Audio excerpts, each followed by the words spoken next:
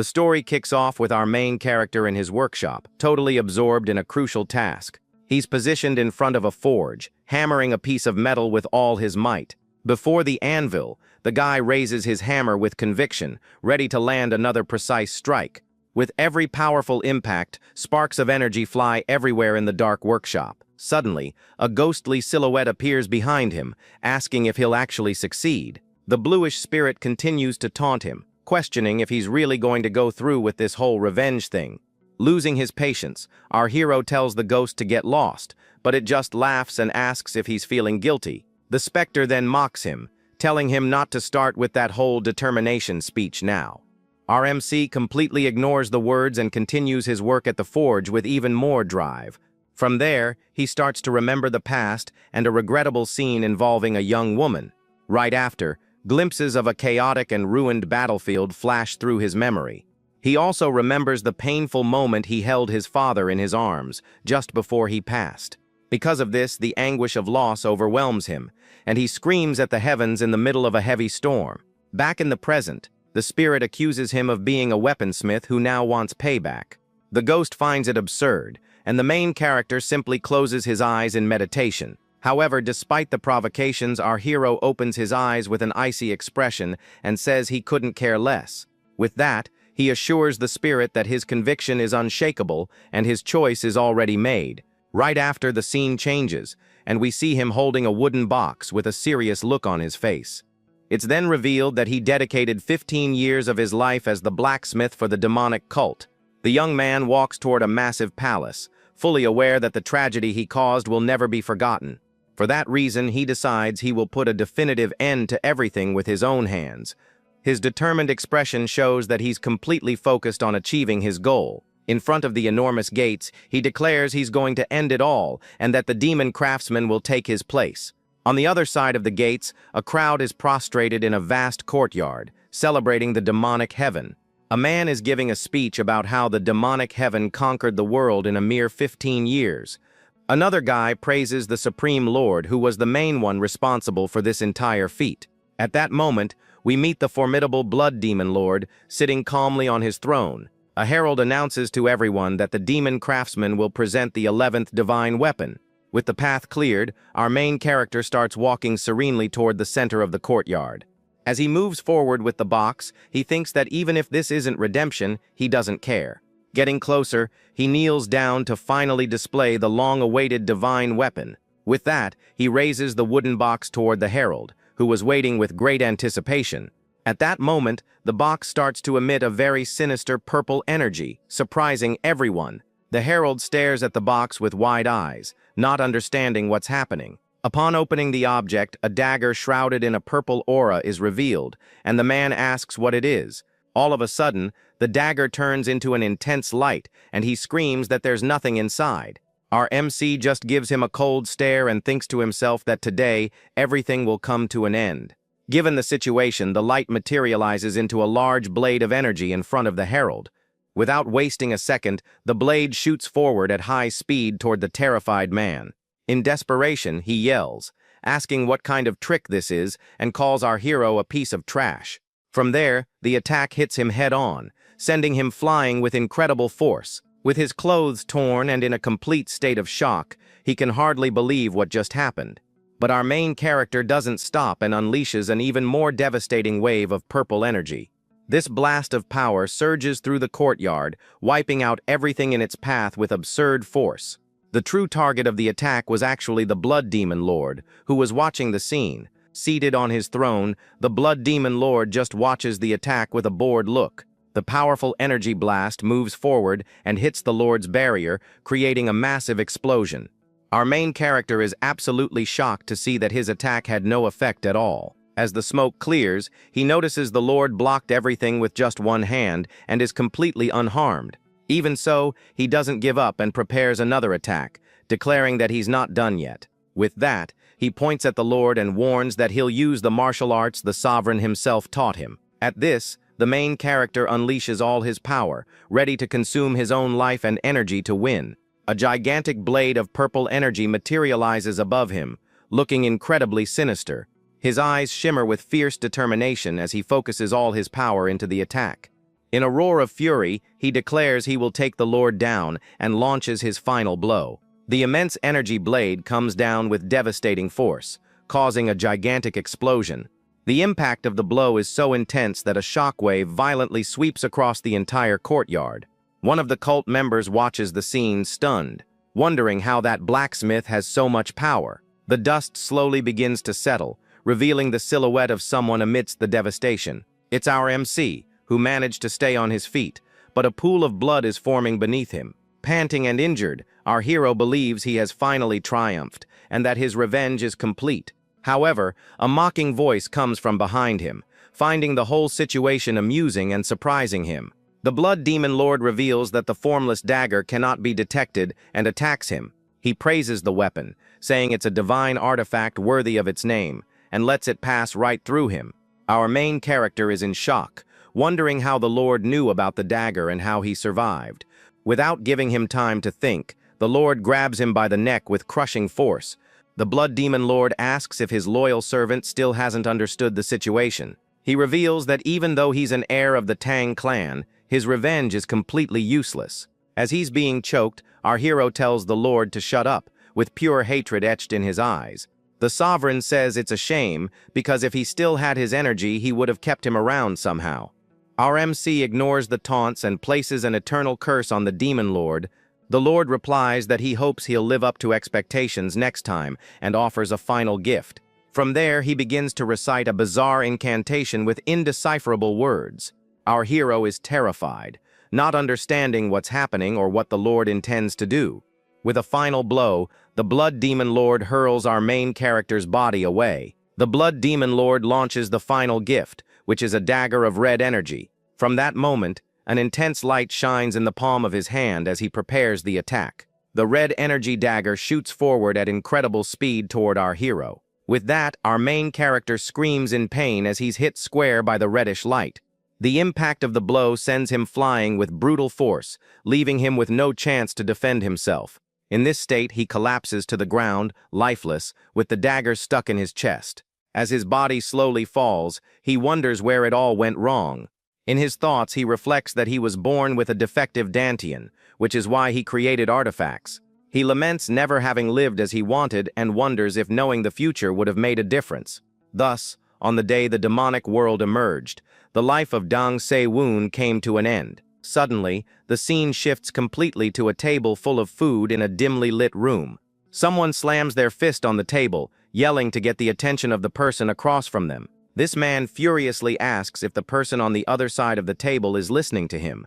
On the other side, our main character seems totally disoriented and asks where he is. He complains about the noise in the place and feels a sharp headache, trying to figure out what's going on. Our MC notices that his senses are incredibly sharp and remembers that he had stopped breathing.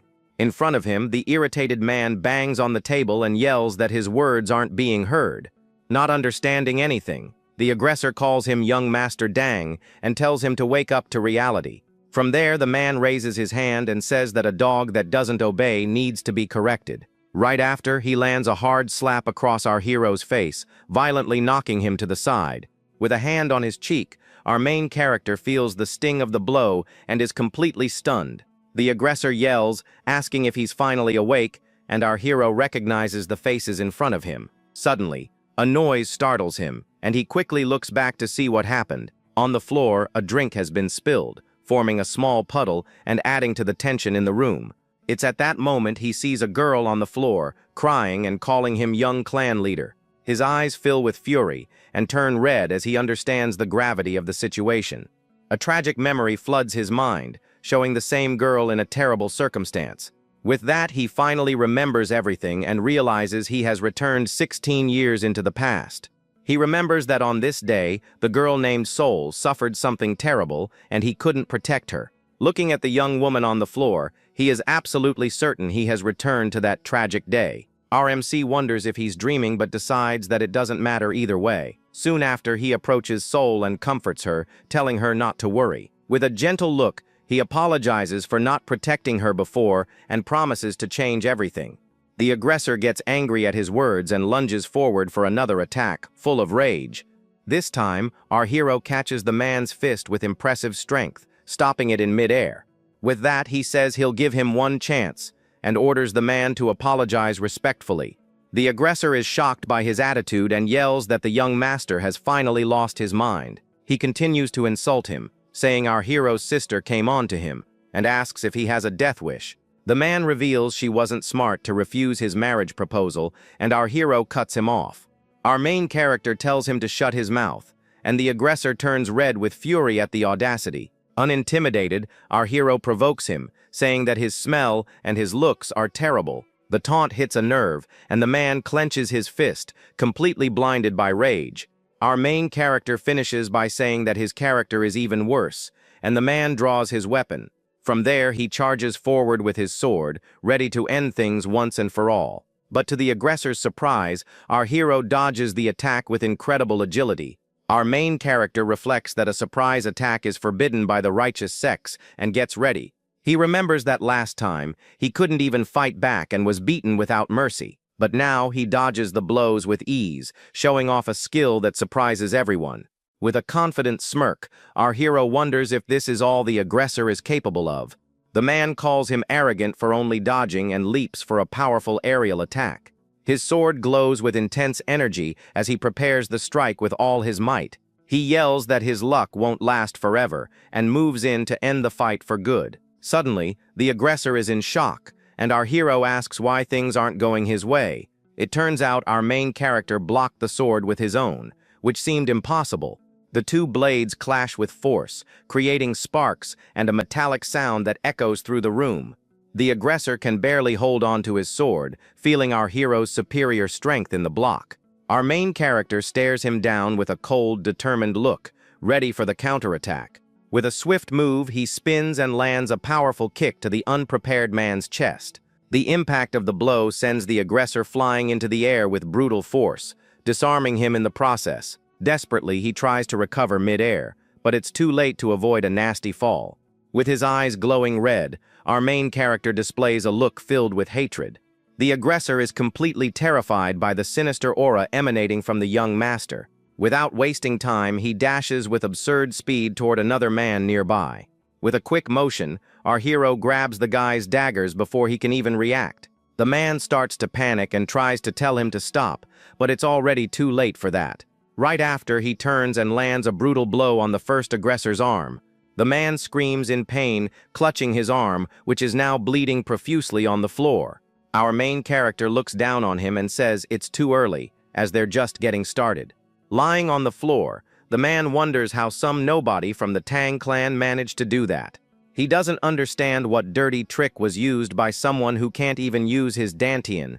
With a cold gaze, our hero states that this time he won't let this go unpunished. He then starts walking toward the terrified man, who begs for him not to come any closer. Our main character says he's no hero and that it's time to settle the score for good. The man's eyes well up with pure desperation upon hearing those words. As his blade glows with a red energy, he warns that the next target is the heart. Plow. Our main character agrees and continues walking toward the man, who pleads for him to stop. With his daggers crossed, he states that he's no hero and is just going to settle the score. At this, the man cries in despair, seeing that his fate has been sealed.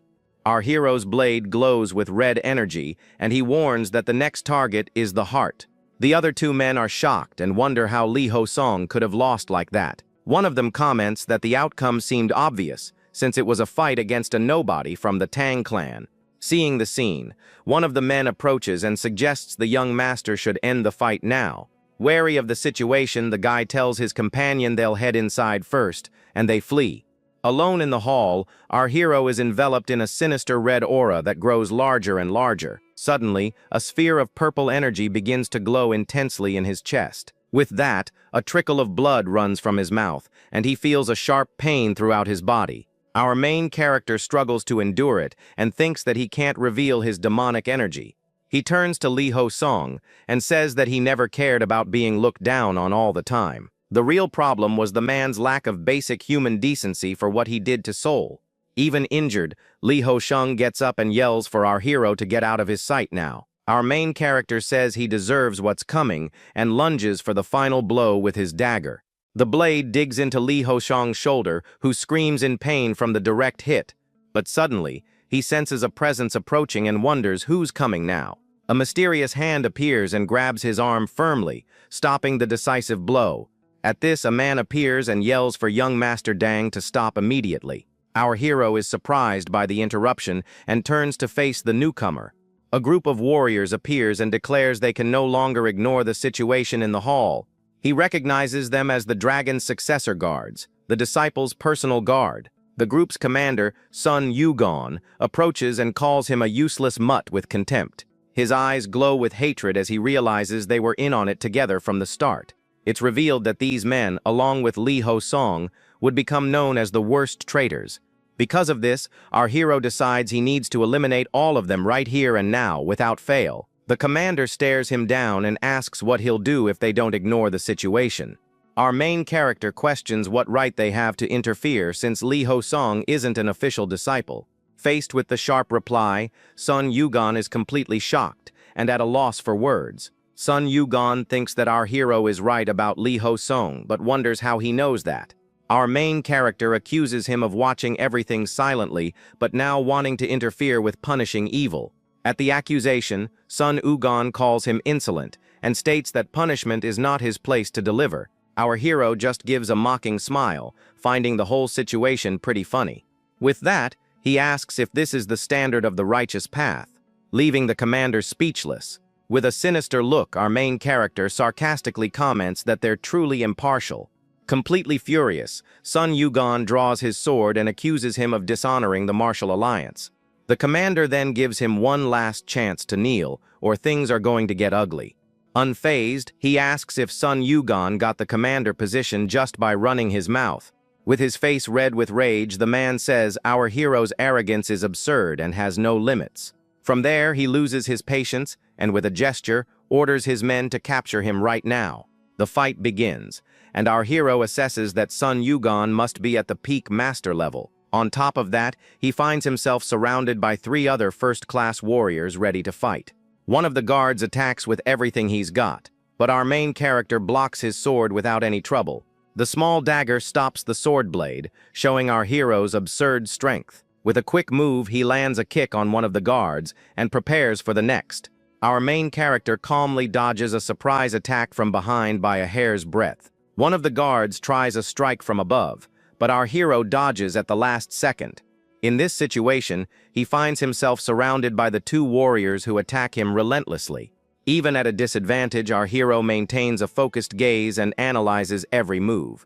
As such, he manages to dodge every single blow with impressive agility. He thinks that after using the single-point annihilation, he only has 2 years of energy left. Because of this, our main character decides he needs to end this fight as quickly as possible.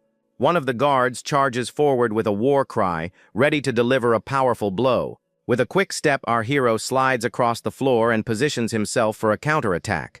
Right after, he leaps over the guard with his daggers in hand for the final strike. From there, he lands a direct hit on the man's back, who screams in pain from the impact. With that, the guard falls to the ground, completely defeated and with no chance of getting up. Without missing a beat, our main character launches a powerful energy blast at another opponent. The last guard is completely shocked to see his comrade defeated so easily. Without losing momentum, our hero advances toward the last guard left standing, absolutely furious. The man yells that he's a third-rate warrior and accuses him of toying with them. At the insult, our main character just tightens his grip on his dagger. Seeing his cold stare, the guard gets scared and calls him a monster without a second thought. Suddenly, Sun Yugon yells furiously and tells our hero to cut the crap immediately. Our main character senses the commander's presence and turns his head, surprised by his speed. With his eyes glowing red, Sun Yugon lands a devastating kick on our hero.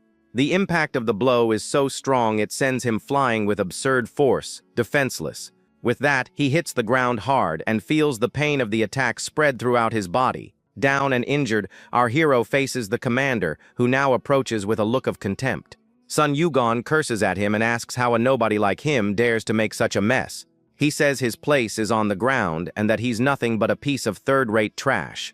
The commander continues his lecture, but our main character is already sick of all the yapping. All he can think about is how loud Sun Yugon is and that he can't even get a moment's rest. With a determined look, he thinks that the method he's about to use is the best he can do. He decides that even if he has to force it, he has no choice but to open his upper dantian. Seeing this, Sun Yugon is surprised and yells, asking what he's doing now. Our hero taunts him, saying all he does is talk, and the commander says the result will be the same. He tells the commander to stop stalling and to bring it on as his dagger begins to glow. At this, Sun Yugon gets furious and says that if he really wants to go down, he'll grant his wish. From there, he leaps forward with his sword in hand, ready to finish our hero off for good. But our main character calmly waits for him, shrouded in a powerful aura of blue lightning. Suddenly, his eyes go wide as he realizes something unexpected is happening inside his body. Sun Yugon is in shock, seeing the formless dagger, and wonders why it's there.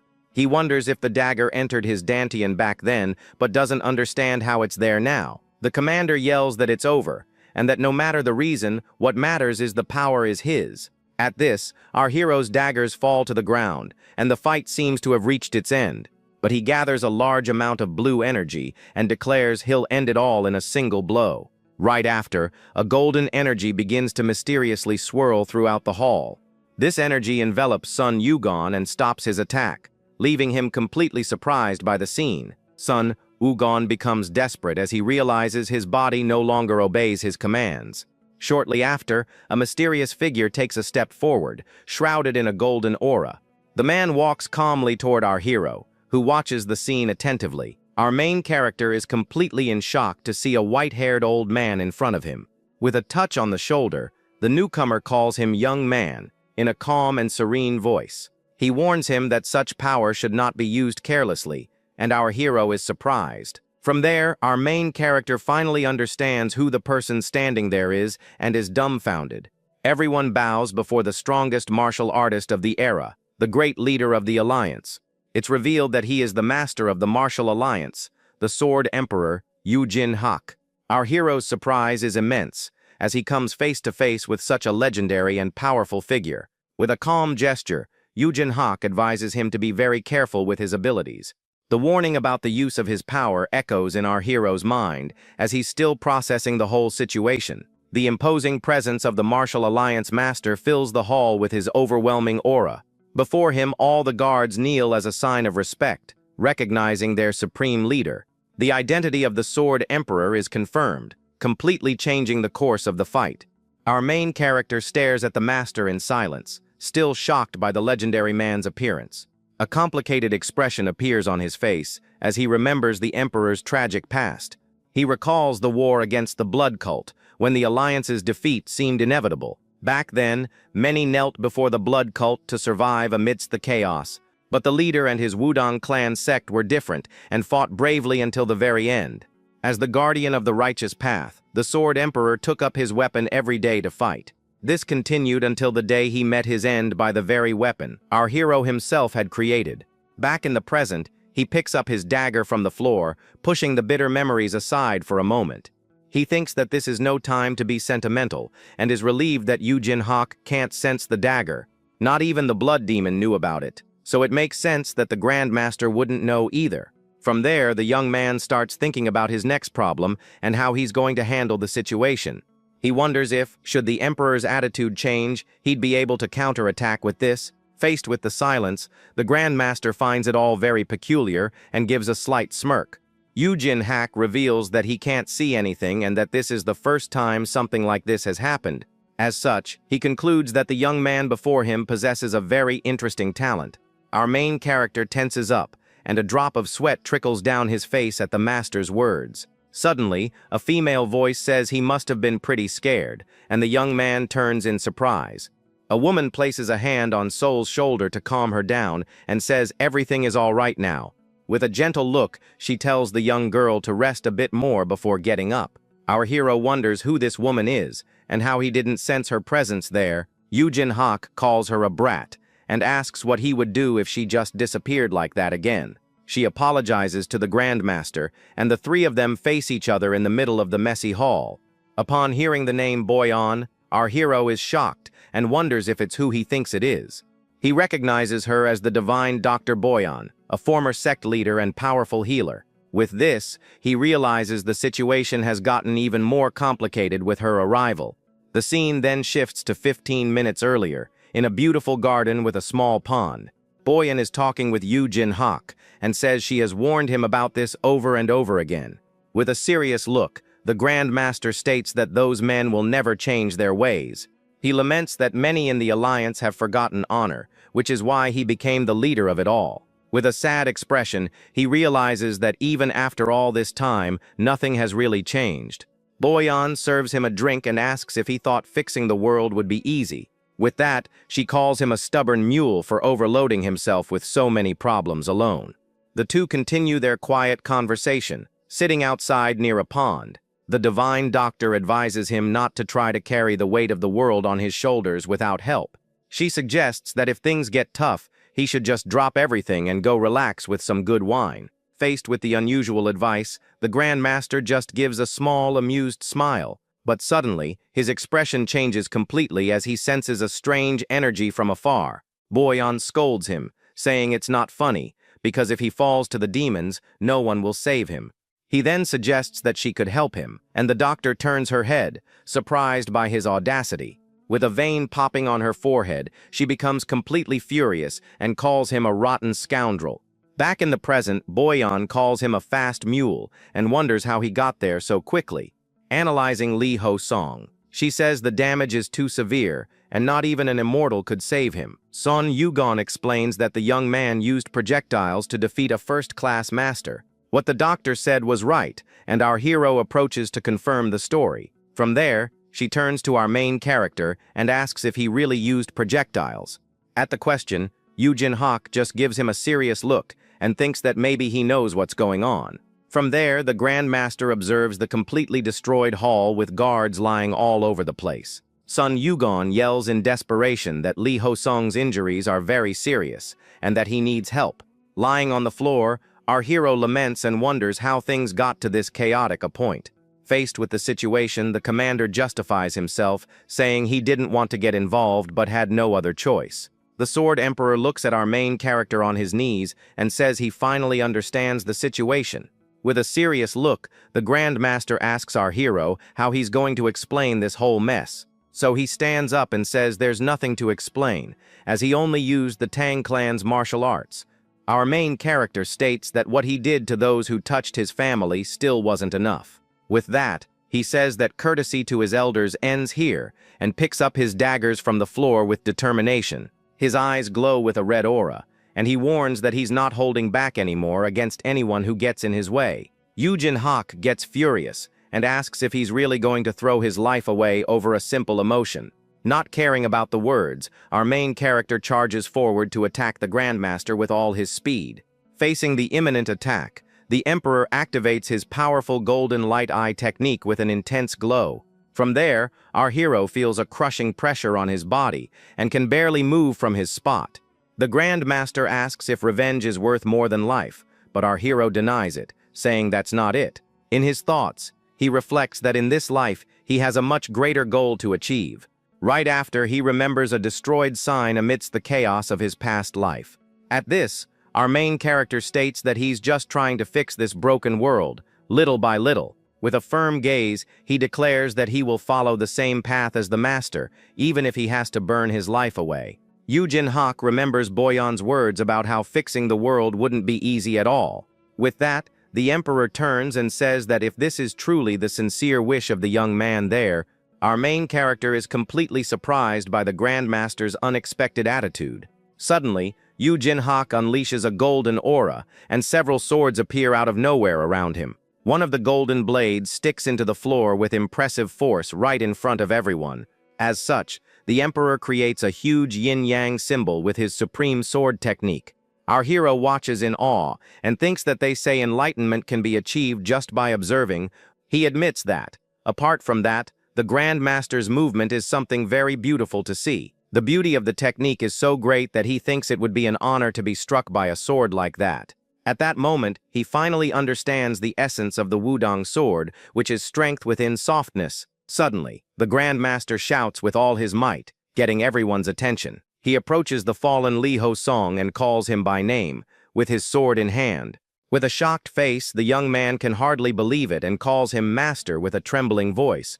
Relieved, he says his master has finally arrived and bows before him on the wooden floor. But Boyan scolds him, saying he caused trouble and insulted someone who was almost a goner.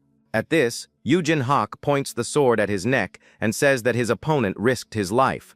The Grandmaster questions him about his honor, and Lee Ho-song is left speechless by the question. Desperate, he tries to justify himself, saying he will risk his life and that our hero started it. But the master tells him to shut up and says that if he hears anything else, his ears will rot. Right after, the Emperor turns to our main character and apologizes for the whole mess. Our hero thanks him, and Lee Ho-song yells for his master, not understanding what's happening. With a cold gaze, the Grandmaster states that he never had a disciple like that young man. As such, he leaves the man's punishment up to our hero, who prepares to act. Enveloped in an aura of blue lightning, our main character walks toward the terrified man. With the sword in hand, he yells for the scoundrel not to come any closer, and our hero says that leaving this world is a luxury. With that, he concentrates a large amount of blue energy in his fist, ready for the attack. Without wasting time, our hero lands a devastating punch on the terrified man's chest. The impact of the blow is so strong that the blue energy spreads uncontrollably throughout his body. From there, a sphere of energy forms and explodes with an absurd and uncontrollable power. As such, Lee Ho-song is sent flying with brutal force and no chance to defend himself. He twists in the air as the wooden floor shatters into many small pieces. Desperate, the man screams in pain, feeling the agony completely take over his body. Our main character looks at him with a cold stare and says he must live in an agony worse than passing on. The Grandmaster just watches the scene in silence, showing no apparent reaction. Our hero turns to Yojin Hak and asks to leave the judgment of those men to him. The other guards comment that since the culprit has been punished, it's better for them to retreat right now. With a respectful gesture, he says that since the Emperor ignored his rudeness, he will do the same. Right after, he thanks him for preserving his dignity and walks toward Seoul. With the girl in his arms, he promises he will visit her clan when everything is settled. As he walks away, the Grandmaster asks if our hero can spare a little of his time. At the request, our hero turns and says he has enough time for a short conversation. With a slight smile, he adds that he can make a little time for a cup of tea. The scene changes, and a woman appears, asking where everyone is going in such a hurry and confusion. Elsewhere, our hero walks to a table and looks at a picture frame very intently. In the picture, he sees himself older and with a confident look, and says that he really did it. Back in the present, he confirms to himself that he finally managed to return to the past. At that moment, he remembers the Blood Demon Lord's words, saying he would see him again. With that, he clenches his fist and wonders if this whole situation was intentional on the Lord's part. With his face covered by a shadow, he becomes completely furious at this sinister possibility. He swears he'll make the demon regret everything, without fail, this time. With a determined look, he states that this new life will be completely different from the last one. From there, he walks to a tall bookshelf and starts looking for something very important. Soon after, he finds what he was looking for and carefully takes an old book from the top shelf. It's revealed that this is the book of the metal circulation technique, an ability of his clan. His determined gaze shows that he is ready to begin his plan of revenge once and for all. Looking at a puddle on the floor, he wonders if that is a remnant of his past life. Suddenly, he feels agonizing pain and starts spitting up a black liquid non-stop. On his knees, he realizes that circulating energy through meditation was a complete failure. It turns out the metal circulation technique was made to help with forging and regenerating the body, but it's terrible for accumulating energy, and his Dantian recognizes the internal energy as poison. Because of this, he had no other choice and can now only move forward with his plan. This same technique gave him the ability to create divine artifacts with absurd power. Then, the blood demon's martial art he learned taught him a different solution. A blue aura envelops his feet as he prepares to test this new method now. He remembers that even before coming back, his deformed Dantian couldn't be removed no matter what. As such, the situation remains the same, and he needs a new approach to the problem. With a quick movement, he begins to practice a martial art with a golden energy, but he states with conviction that this time he will progress much faster than before. Time passes quickly, and night arrives, bringing darkness to the Grand Palace. Under the light of the full moon, silence takes over the place, and he continues his intense training. After much training, he realizes that his meridians are connected and his dantian is complete. With this, his energy finally stabilizes, and he feels a great power flowing through his body. He thinks his circulation technique is at 50%, and the blood demons is at 10%. Both use the upper dantian and innate energy, and one recovers power with ease.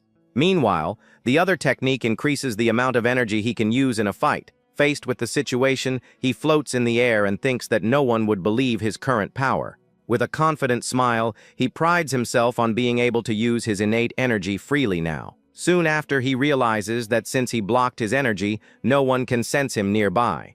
From there, he decides that he first needs to change his clothes to avoid raising suspicion.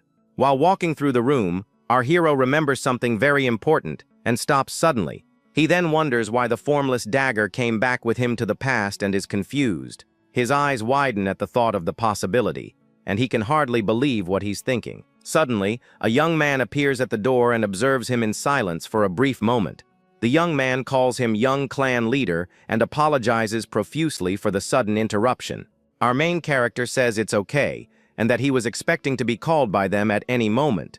The young man is startled, and our main character asks if he is Jong-il. The young man just stammers yes. Our hero then says he was talking about his name, and Jong-il confirms, wondering how he knew. With a smile, our main character says it's really good to see him again, leaving the young man very confused. From there, the scene changes, and we see our hero walking through a courtyard with a very serious expression. He then arrives in front of a large hall called the Hall of 1,000 Rains and prepares to enter. Inside, someone questions if what he says makes sense, and he asks if there's another way to avoid it. Suddenly, one of the hall's doors opens, revealing a bright light coming from the meeting room. Upon entering, he is faced with a long table full of men who stare at him with great contempt. One of the older men in the group observes him with a look of pure anger and displeasure. Unfazed, our hero walks through the hall, passing by everyone present there without fear. One of the men makes a disgusted face upon seeing the confident attitude of the young man before him. Suddenly, a tragic memory comes to his mind, showing him holding someone in his arms. The image reveals that he was over the body of a man who seemed to be very important to him. The painful memory of holding that man's lifeless body haunts him again in the hall. At this, he unleashes a golden aura and prepares for what's to come with great determination. With a firm gesture, he introduces himself as the young leader of the clan, Dong Se-woon, in front of everyone. At this, a painful memory of a desperate scream under the full moon hits him hard. Even with the tragic memory, he maintains his posture and faces the clan members with a cold gaze. From there, he declares that he came there on the order of the clan leader himself, surprising everyone. An older man tells him to stand up, and it's revealed that he is Dang Mu-yo, the leader of the Tang clan. At the order, our hero just stands up and confirms that he understood the great leader's command. The other men watch him from a distance and wonder where all the confidence he shows comes from. With a serious look, our main character states that the current Tang clan is in a poisoned state. He says the discussions seem to be going well and that it's all because of 2 fatal poisons in the clan. As such, he raises his hand and informs everyone that he will continue with his speech right now. Soon after, we meet Dang Hoyo, the head of the escort from the Manhwa agency, in the room. The man says he believes the young leader is well aware of the seriousness of the incident he caused, but our main character reveals that the first poison is actually Dang Hoyo himself. Desperate, the man begs for him to go straight to the clan's law enforcement hall. Suddenly, a sinister bear-like figure appears and says that everything he has built is at stake. With a clenched fist, our hero faces the man with a look of pure determination and courage. He remembers promising that he would take everything from him without fail in a past confrontation. From there, he recalls the day his uncle asked if he would become independent of the clan. Confused, he questioned what the man meant, and he just confirmed his words with a smile. Desperate, our hero yells that if the escort agency disappears, the Tang clan will suffer greatly. But his uncle pushes him and says that's exactly why he's leaving right now. Lying on the floor, he can hardly believe it and asks how the man could do such a thing. The traitor says he doesn't understand and that he lost the position of clan leader to Dang Mu-yo. With a shocked look, he hears his uncle say that he has waited for this day for a long time. At this, The man gives a wicked smile and declares that the Tang clan will finally be his. Back in the present, he thinks that if he hadn't mastered his technique, he wouldn't have his talent.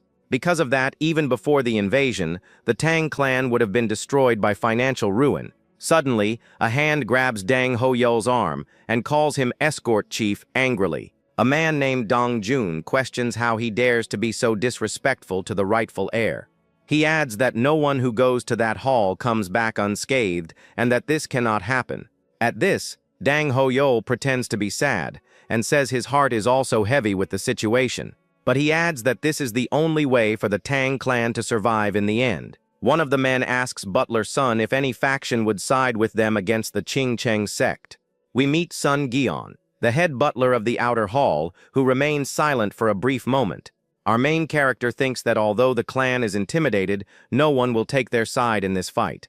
He realizes that the clan's fighting spirit is gone, and that this defeatism is the second poison of the place. With that, he states that kindness should be returned, and that this is the true nature of his clan. One of the men asks how he defeated the disciple and if he used any forbidden weapons in the fight, but our hero just glares at him and says he's wrong, and that his turn to pay will come soon. With a cold look, he adds that this is not the question the man should be asking him. The man becomes completely furious at the audacity and yells that this is no time for jokes in the hall. With a mocking smile, he says he doesn't know how he won, but that he's just a third-rate warrior. As such, the man unleashes a powerful green energy and boasts about his peak master level. But to his surprise, the young man withstands the pressure, and the man wonders how he resisted his energy. Suddenly, the great clan leader speaks up and tells everyone to be silent immediately in the hall. With that, the great leader asks why the young leader fought with Li Ho-song and looks at him seriously. At the question, our hero just gives a small smirk with a confident look. Dang Ho-Yul yells furiously and says the young leader is being way too confident about the whole situation. Unfazed, our main character turns to his uncle and asks what the clan means to him. The man is confused, and our hero begins to explain what the Tang clan was like to everyone there. He says that each member is a cornerstone and that the family must protect each other with their lives. As such, it's revealed that these words were the last will of the former leader of the Tang clan. With a clenched fist, he states that to protect their own blood, they do not hesitate to give their lives. The great clan leader just watches him in silence, processing the young man's words. The other members get nervous and wonder what exactly the problem is with all this commotion. Our hero then asks if he should have just watched while Sol was being attacked by that man. But Dang Ho-Yul says his question about the forbidden weapons has not yet been answered for good. Not caring, our main character reveals the small daggers he used in the fight against the opponent. One of the men says that's just a training dagger and asks how he defeated the disciple with it. Our main character explains that he managed to subdue a first-class warrior because he used his innate energy. One of the men says that if that's the case, punishing Li Ho-song makes sense, as he fulfilled the former leader's will. Our main character asks if his uncle's doubts have been resolved, and the man becomes furious at the audacity. The clan leader then states that the young man really did risk his own life to fight that man. One of the men asks if he really used his innate energy, as it seemed normal when he returned. Our hero explains that it was thanks to the alliance leader and the divine doctor who treated him on the way back. Dang Ho-Yul yells that it's a lie, and suddenly a messenger runs in, calling for the clan leader. Jong-il looks at the scene worriedly and thinks that the situation is very bad and something terrible is about to happen. He tries to announce the alliance's arrival, but the great master Yu Jin-hak is already right behind him in the hall. The sudden appearance of the Sword Emperor leaves all the clan members completely shocked and speechless. With a smile, Yu Jin-hak places a hand on Jong-il's shoulder, who is completely frozen by the touch. The Grand Master announces his arrival and asks if everyone there in the hall has been well lately with a smile. Dang Mu-yul bows and greets the alliance leader, while our hero just watches the scene in silence. The Emperor apologizes for not being properly received but says not to worry about formalities. The clan leader thanks him for accepting the apology and prepares to say something else very important. But he says he also won't mind the leader's rudeness, leaving the others shocked by the audacity. Dang Mu-yul is stunned by the audacity and asks if the Emperor is talking about rudeness. Right after, he says that the Grand Master's visit is an honor and that there's no rudeness at all. Taking the opportunity, Dong Ho-yeol bows and introduces himself as the head of the escort to the alliance leader. Yu Jin-hak just looks at him and confirms who he is with a serious gaze. Suddenly, the Grandmaster's eyes fill with a golden, intimidating energy. He glares at our hero's uncle with a not-so-friendly expression in the hall. With a crushing pressure, he asks if Dang Ho-yeol can excuse himself from the conversation. The man is completely terrified and apologizes, stammering with fear. The clan leader says it will be difficult to serve tea now, but Yu Jin-hak doesn't mind. He states that he needs to act as the leader of the martial alliance at that moment. As such, the emperor turns to the leader and says that he first needs to speak with him and the entire Tang clan. His serious expression shows that the matter is of extreme importance to everyone. From there, the Grandmaster joins his hands in a formal gesture of great respect. His eyes close for a moment as he prepares for what he is about to say. Before everyone, he bows deeply and apologizes on behalf of the martial alliance. The emperor's unexpected action leaves all the clan members in complete shock. Dang Mu-yeol says he should have taught his disciple better, and that the fault is all his. He takes responsibility for the lack of supervision as the young man's master. Yu Jin-hak says this is an apology to the victim and to the Tang clan. He assures them that he will provide great compensation for the trouble that was caused there. But the clan leader states that they did nothing to defend justice at that moment. His voice carries a weight of regret for the inaction of all his men. At this, he reveals that it was our main character who resolved everything on his own with his own hands. The young man just watches the scene in silence and with a very serious look. Because of this, the clan leader refuses to accept any kind of compensation for the clan. He believes they don't deserve to receive anything for the young man's bravery. However, he begs the alliance leader to ensure that the incident is not distorted. His gesture shows his desperation to protect the honor of his clan and his nephew. Our main character thinks that the Qingcheng sect will spread rumors to cover up their shame, and that just like in the past, those arrows will be aimed at him and the Tang clan. The Grand Master assures him that his worries will not come to pass in any way. He states that regarding today's commotion, the Qingcheng sect will not be able to do anything. With a firm gaze, he declares that they will not be able to hold the Tang clan responsible in any way. His word as the alliance leader seals the rival sect's fate. Our main character thinks that the outcome wasn't bad at all, and that everything worked out in the end. He managed to tie the Qingcheng sect's hands and renew his father's position. With that, the emperor turns and says that now there's only one last little thing to be done. Our hero is confused and wonders what else it could be now. The Grand Master looks at him with a mysterious gaze, making the young man even more curious. His expression suggests that something very important is about to happen. Approaching him, he asks a question that no one expected to hear at that moment.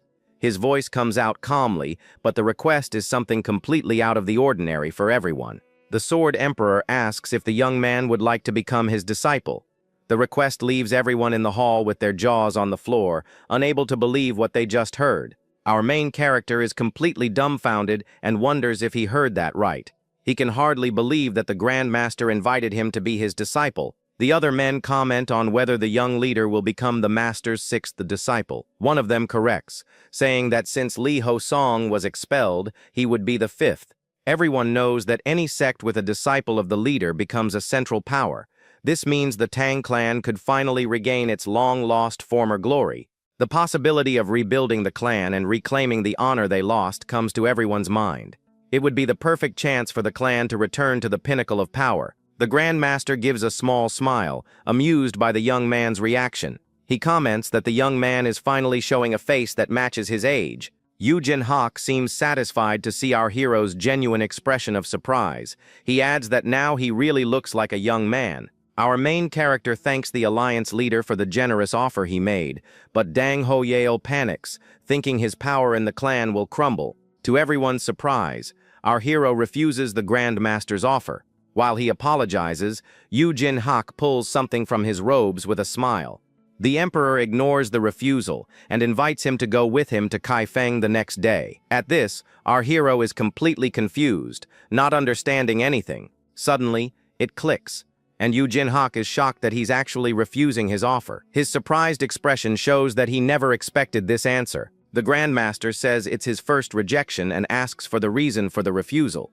Our main character apologizes and explains that he will represent his clan in the future. With a formal gesture, he says that just as the emperor's only master is Wudong, he prepares to explain the real reason for his loyalty to his own clan. As such, he declares that his only master will be the Tang clan and unleashes a powerful aura. His determination to protect his family is unshakable and surprises everyone.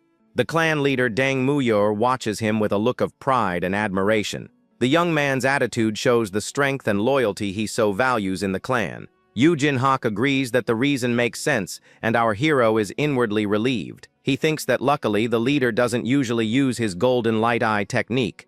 In his thoughts, he reflects that privileges are tempting but are a poisoned chalice.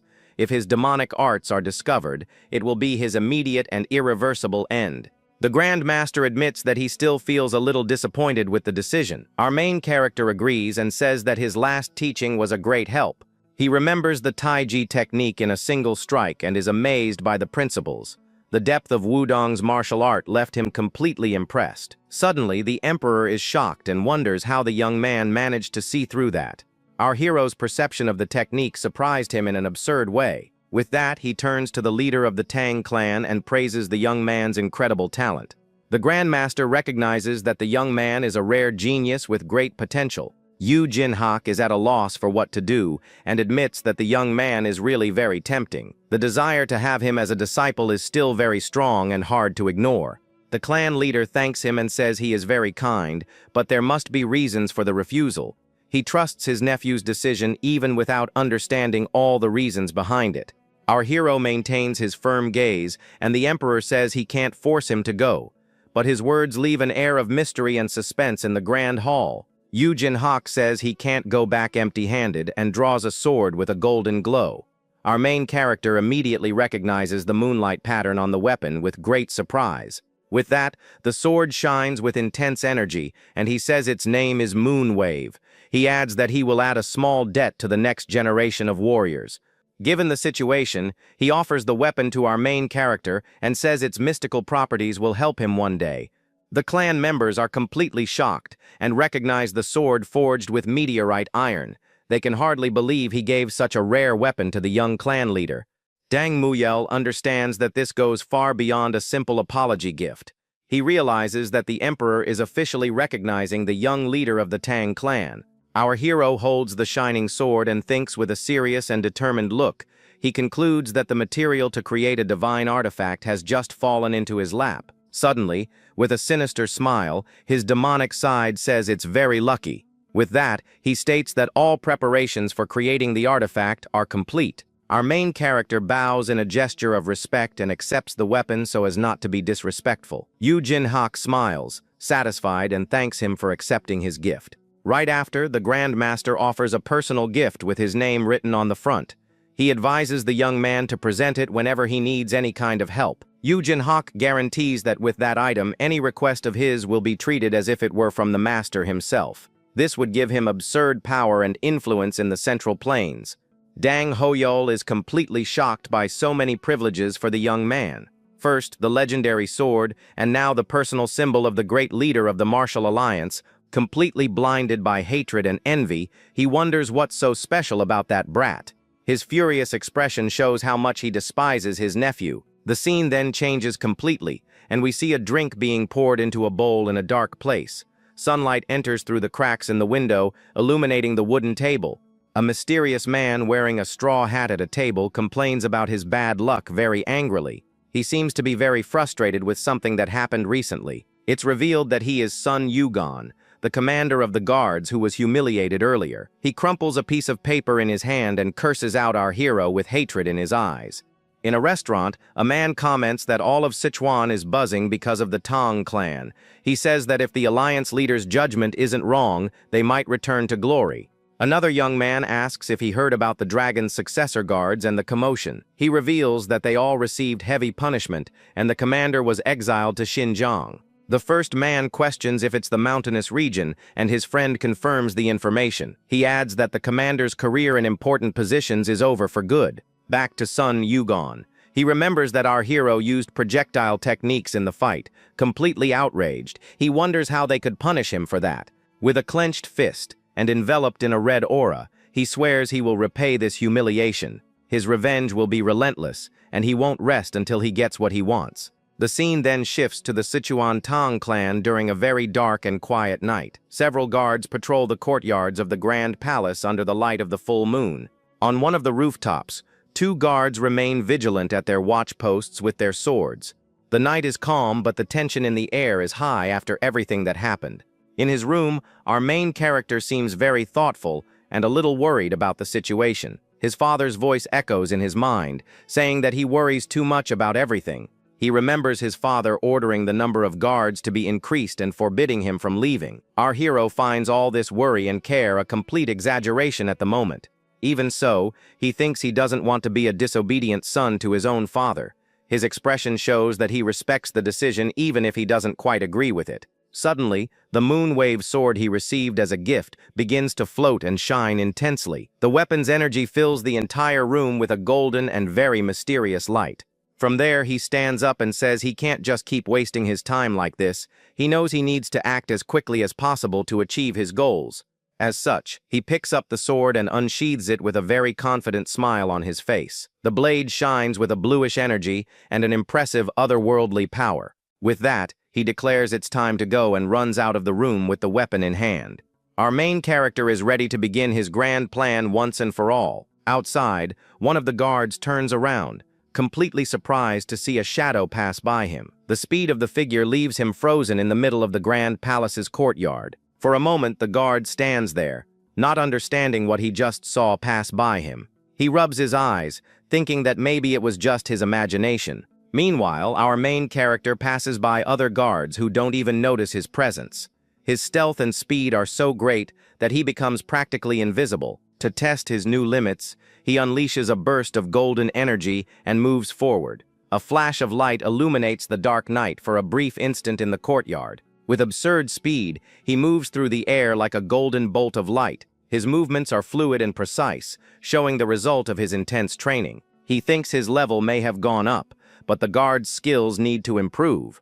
From there, he decides to go to the forge to create his main weapon as quickly as possible. Suddenly, his expression changes completely, and he seems to sense something very strange in the air. His eyes widen with the perception of an important presence or memory. From there, he lands hard on the ground, kicking up a large cloud of dust and wind.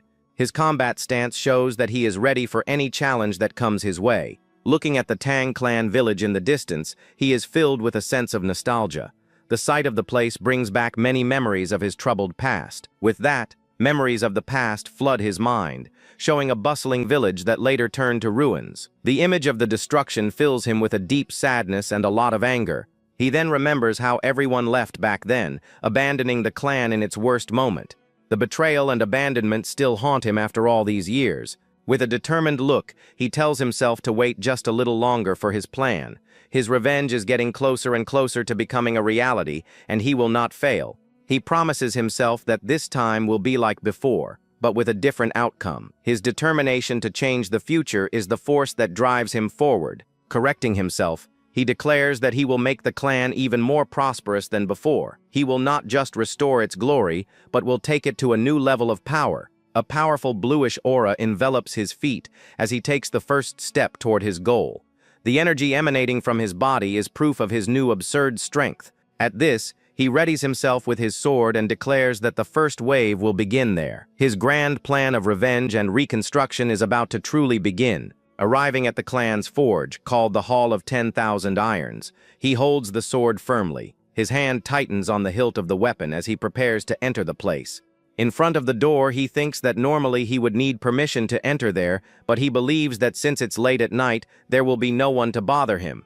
From there, he reaches out to open the large metal door of the hall. However, something unexpected makes him stop midway with a surprised expression. Suddenly, the door opens, and a man glares at him and asks what he's doing there so late. Our main character is completely shocked by the man's presence in the forge. Without losing his composure, he makes a respectful gesture and introduces himself to the master of the hall. His serious expression shows that he was not expecting this meeting at all. In his thoughts, he regrets having met the person he most wanted to avoid. That man is the most respected elder in the clan, and even his father treats him well. It's revealed that he is a core member of the Tang clan who doesn't even have the family's surname. A large scar on his shoulder shows that he is an experienced warrior. On top of that, he is the master of all the clan's blacksmiths and the owner of the Hall of 10,000 Irons. His hands, full of calluses and scars, are proof of his hard work and dedication. We then meet the Black Hand craftsman, the great blacksmith named Gu Yongyan. Our main character faces him with a tense look, and a drop of sweat trickles down his face. He remembers that the blacksmith dedicated himself to the clan because of the former leader, Dang Ui Tai, but he always maintained a neutral and indifferent attitude toward the clan's internal affairs. Because of this, the memory of that day is especially vivid in our hero's mind. He recalls the moment when the Manhwa escort agency became independent from the clan. At that time, the craftsman who only dedicated himself to forging powerful and divine swords, he ended up leaving the Tang clan along with the traitor Dang Ho Yel without looking back. The memory of how the blacksmith looked at him with resentful eyes haunts him again. Soon after, the man turned and left without saying a single word. Our main character doesn't understand where so much resentment came from, but those eyes were irreversible. At this, he decides it's better to postpone his plans for now and retreat. With a disappointed look, he apologizes for disturbing the craftsman so late at night. His expression shows the frustration of having his plan interrupted in that way. But our hero says he had an urgent idea and came to put it into practice in the forge. At this, the Black Hand craftsman just closes his eyes and tells him to go ahead. Our main character is confused by the response, and the blacksmith tells him to do what he came to do. With a serious look, the man tells him to stop dawdling and come out from where he's hiding. Suddenly, a girl appears and announces that the young clan leader is there at the forge door. Surprised, our hero recognizes her as Soul, and the girl thanks him for everything last time. The young girl seems a little sad and lowers her head without saying another word. With a smile, our main character says he's relieved and that what matters is that she's alive. The craftsman comments that the leader forbade our hero from leaving for 7 days and nights. Our main character is surprised, and the blacksmith tells the girl not to bother him and for them to leave.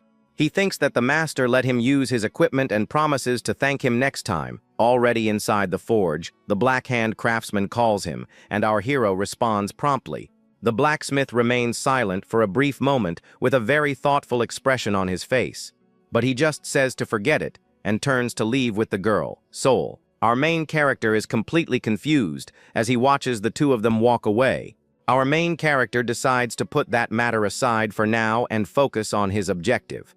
With that, he finally pushes the door and enters the forge, ready to start his work. Holding his sword, he states that he cannot miss this rare opportunity at all. He then remembers a saying that for a master, weapons are just a means to an end. But with a serious look, our hero thinks that's all complete nonsense. After all, in this world, there are divine artifacts that can transcend martial arts. Analyzing the weapons, he finds it pathetic that the hall's skill is so mediocre. From there, our hero picks up a large metal blade to begin his work. With the weapon in hand, he wonders if this is the best the master of the hall can do. He thinks the blacksmith deserves to be called a master, but his skill is still insufficient. Even without his artifacts, the blood cult has many demonic weapons and armaments. In front of the forge, he recalls that they are weapons perhaps even more terrible and cruel than his own. As such, to destroy them, he needs divine artifacts that are equal or superior. He then puts on a pair of leather gloves and says he normally wouldn't use them for forging. With a firm stomp on the pedal, our main character finally begins to heat the furnace. With the furnace lit, he prepares himself and says that what he's about to do is something special. From there, he places the Moonwave sword directly into the intense flames of the forge. Before the fire, he states that this is not an ordinary forge like the others that exist. With an absurd focus in his eyes, he prepares to begin the creation process. At that moment, he remembers his past life and the tragic invasion of the blood cult. The pain and confusion of that time return, and he wonders where he is and what happened. Amidst the destruction and chaos, he walked aimlessly, trying to understand the situation. The image of his scream of despair and agony with white hair haunts him again. With his teeth clenched in anger, he relives the helplessness he felt on that terrible day. Lying on the ground, he wondered if he was even alive after everything that had happened. Given the situation, he questioned why he was the only one to survive amidst the chaos. He saw himself as a metal worker who creates divine artifacts, but also as a demon. That was a legendary story that only the founder of the Tang clan managed to achieve. He remembers when, even in chains, he swore he would finish off the blood demon. His furious scream echoes in his memories and fills him with determination for the work. The image of his face, distorted by fury, returns to his mind with full, uncontrolled force. He remembers when he was hanging upside down, completely helpless and without hope. At that time, the Blood Demon Lord appeared and made him a very tempting offer. But our hero refused with hatred and told the Lord to get lost without a second thought.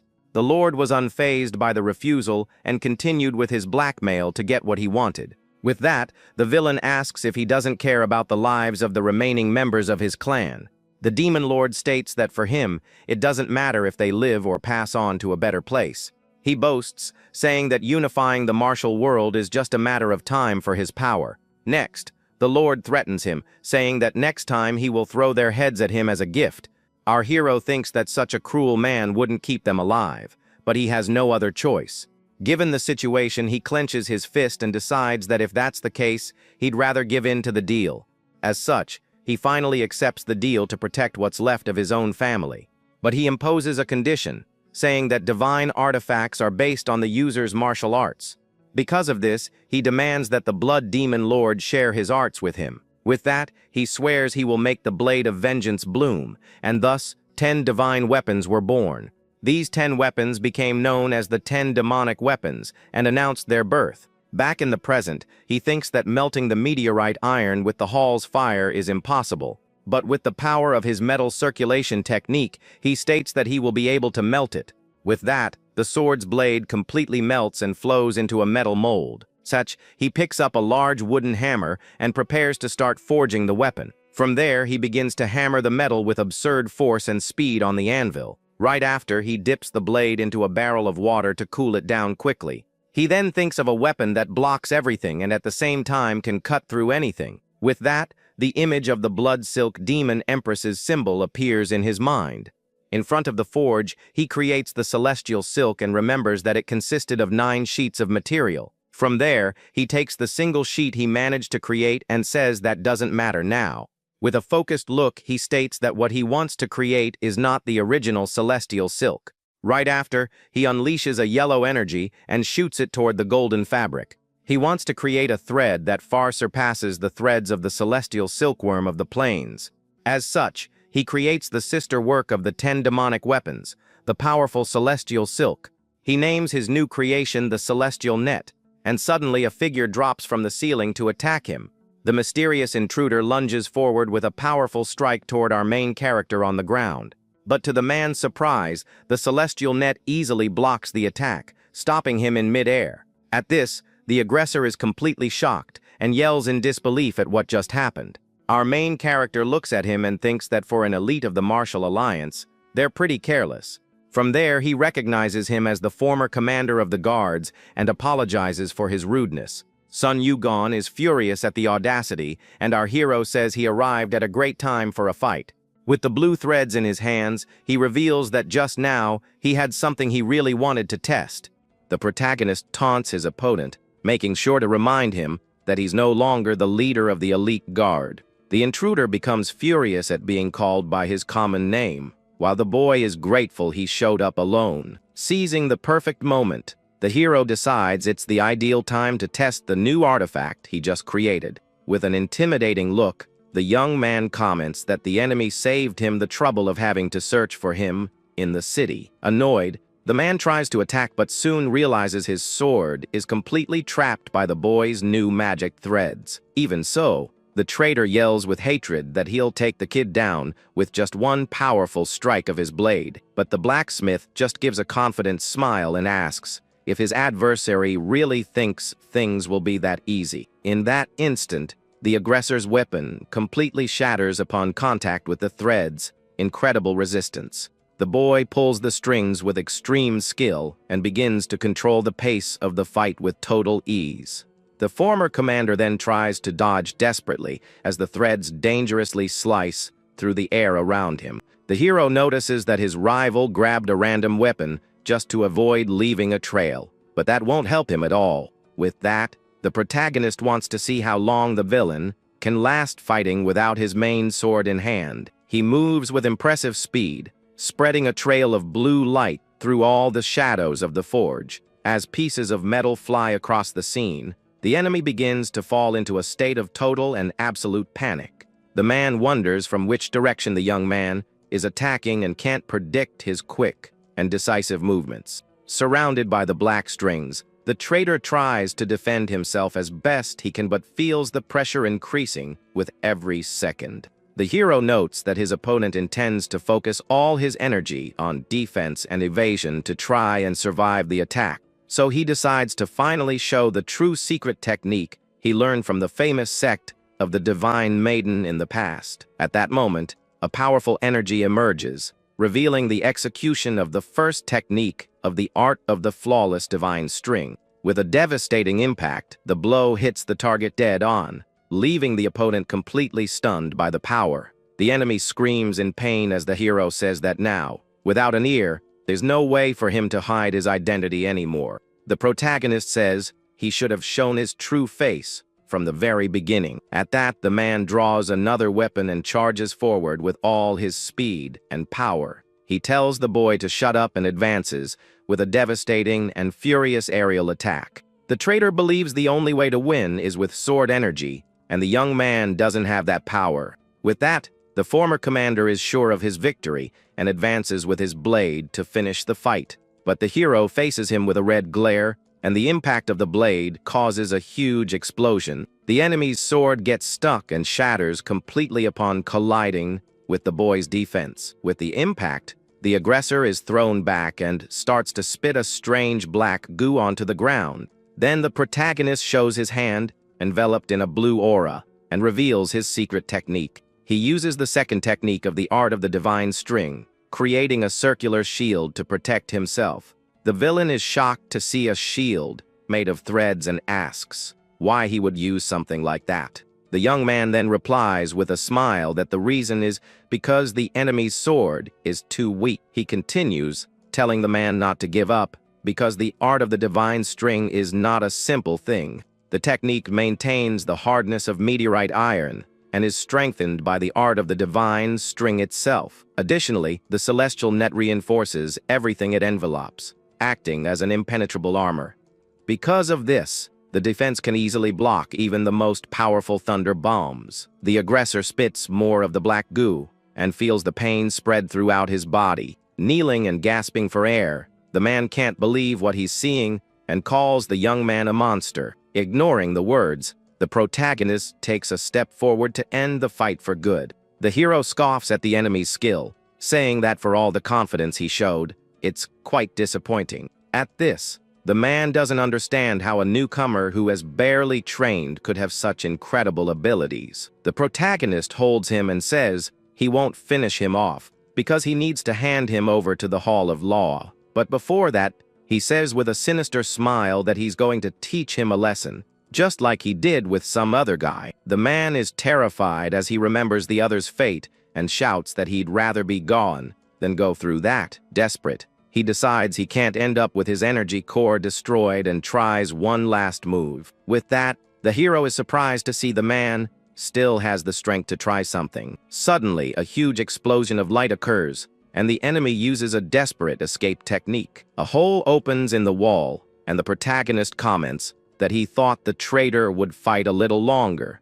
Floating amidst the destruction, he complains that the fugitive is just creating more work for him. The scene then shifts to a dense, dark bamboo forest at night. There, we see the former commander running desperately, panting, through the trees. He can't believe he's running away so shamefully from someone he considers a second-class warrior. He then remembers the boy's eyes and realizes they were those of a practitioner of demonic arts. He thinks that he used all the energy he had left to escape that dangerous situation. With that, he believes the young man won't be able to track him and that he has more internal energy than him. So he decides to focus on what he'll do from now on to survive and get his revenge in the future. Holding his broken sword, he knows the Alliance won't take him back and thinks about joining a rival faction. He believes that if he hands over the secret information he knows, he can secure a good position in this new place. Suddenly, he's startled to hear a voice saying that traitors never change, even when they return. Suddenly, the hero appears and asks if the enemy's brain is just for show for him to have fled to that place. With a sinister smile, he explains that the bamboo in this dark grove is stronger than steel itself. The traitor then laments not having sword energy and tries to flee from the young blacksmith once more. He then decides to switch to a thrusting attack and lunges forward with all his strength and speed. The former commander tries to pierce the boy's heart in a single, desperate final blow, but the attack doesn't even come close, and the man's weapon is easily blocked by the threads of the net. The aggressor is confused to see his attack fail and his weapon break into several pieces. With his eyes glowing purple, the protagonist manipulates the threads with impressive mastery. He then tosses the enemy from side to side in the forest, as if he were nothing. The man screams in pain as he is violently thrown against the sturdy bamboo of the area. The threads wrap around the bamboo, showing the incredible strength of the newly created celestial net. Soon after, the strings wrap around the traitor's body, leaving him completely immobilized. He screams in pain as the threads glow with a red energy and tighten around him. The hero then explains that the celestial net never lets go of its prey once it has bitten. The man is shocked to realize the boy is using the powerful energy of an innate core. Completely suspended and defeated, he calls the young man an insane creep, not believing his power. Utterly desperate, the traitor begs the protagonist to spare his life at that moment. He asks for forgiveness and says he lost his head for a moment and won't do it again. But the blacksmith looks at him with contempt and calls him a worm, showing no pity. With that, he throws him far away and warns him to never appear before him again as long as he lives. The man bows on the ground and desperately thanks Lord Tang for sparing his life. With that, the protagonist simply turns his back and begins to walk away silently through the forest. But the fallen man actually gives a completely evil and treacherous smile behind the boy's back. He then yells that the young man should learn his lesson in the next life and attacks him from behind with a dagger. The traitor continues to shout that letting your guard down is the end for a martial artist and charges with everything he's got. However, he becomes confused because his attack doesn't hit the target as he expected. The hero was actually already prepared and grabs the enemy's arm as a purple energy dagger forms. The young man then says that if the man thought he'd be surprised, he can rest easy because he was already expecting it. With that, he explains that he never believed the traitor's repentance from the very beginning. Next, the blacksmith removes his leather glove with a very serious expression on his face. With an imposing posture, he prepares to finally end the fight once and for all. The young man lets out a sigh and looks at the enemy's body lying on the dark forest floor. Looking at the defeated body, he thinks to himself that now there's only one more enemy left to be eliminated. The scene shifts to the clan palace, and someone wonders how the guard leader attempted that attack. One of the men shouts that if they had disciplined the guard from the start, none of this would have happened. One of the leaders then asks how they are going to clean up the whole mess that was caused by this situation. Furious, one of the elders shouts for the others to handle the additional compensation plan while being held back. It's revealed that the young man's movements were causing great waves throughout the Orthodox Murim. The scene then shifts to the office of the head of the clan's residence escort, and a mouse scurries across the room. In a dark room, one man asks another if he has finally made an important decision. One of the men asks if there will be a problem inviting an elite wandering warrior into their plan. Furthermore, he wonders if it's safe to secretly proceed with the Mirim Alliance's escort job. The other conspirator assures him that with a supreme martial master at his peak, there's nothing to worry about. He adds that everything will be done in secret, so there's no way it can go wrong. With a smile, the man offers a drink and says that a real man needs to think big. He then promises that as soon as the escort job is finished, they will bring the Tang clan to total ruin. The two then continue their conversation, seated at a table with a game board in the center. The man then puts on a mask and confirms that he has accepted the other conspirator's proposal. The plan's leader celebrates, saying that the other made the right decision for their future. The hero's uncle laughs wickedly and thanks his nephew for turning a disaster into good fortune. The scene then shifts to the outside of a large palace during a very calm night. Our protagonist then leaps from a rooftop and prepares to train intensely. Soon after, he delivers a powerful punch to the ground, releasing a large wave of blue energy. With the impact, he is launched upwards and demonstrates an incredible control of his newly awakened power. With a drop of sweat on his face, he realizes the training is demanding a lot from his body. Even out of breath, he gets up and says that his recovery is basically complete at that moment. Holding a hammer, he remembers that the Divine Maiden was the best at spells in the Central Plains. Because of this, curses were also engraved on the Celestial Net, which is a prototype of the Celestial Fabric. With that, the only secret art unlocked is that of a one-point finishing move on his ring finger. He then tests the ability and realizes that it never misses its target, and that he needs to recover his energy. He thinks that the former commander, who is in the final stages of the Peak Realm, is weaker than a member of the Blood Cult. He reflects that against the Vice Captain, he would have a balanced fight, but against the Captain, his limit would be 50 exchanges. At that moment, a blade of grass is cut with incredible precision,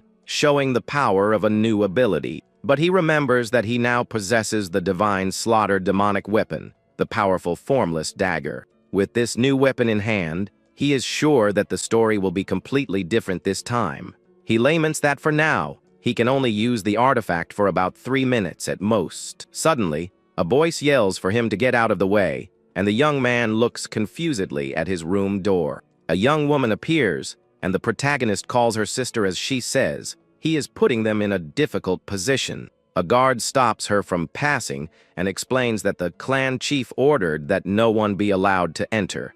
The young woman with a tray says the order was to protect against a possible attacker, not to treat her coldly. Despite the guard's hesitation, she ignores him and tells him not to stand in her way as she moves forward. The hero then greets her and suggests they sit down to talk more calmly. Soon after, the two sit face to face at a table in the center of the large room. With her arms crossed, she stares at him with a serious expression, and the young man wonders if she is mad at him.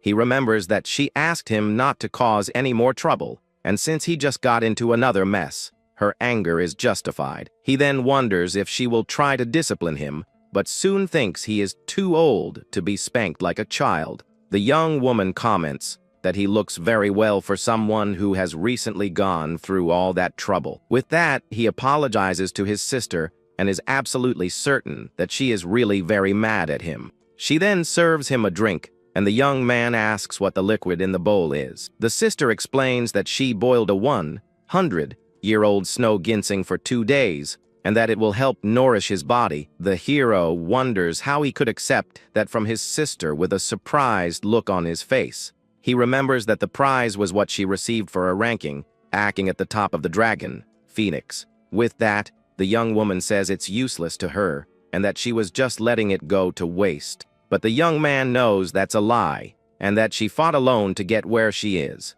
He still remembers how happy she was when she surpassed her limits in training. So, the boy says he can't drink it, and she asks if he is going to ignore her sincerity. The blacksmith thinks that expression used to scare him as a child, but now it's just strange. Suddenly, a memory from the past flashes into his mind, leaving him completely terrified. In this memory, he is covered in wounds and facing an enemy with a sword in hand. The protagonist recalls how he was humiliatingly defeated in that other life.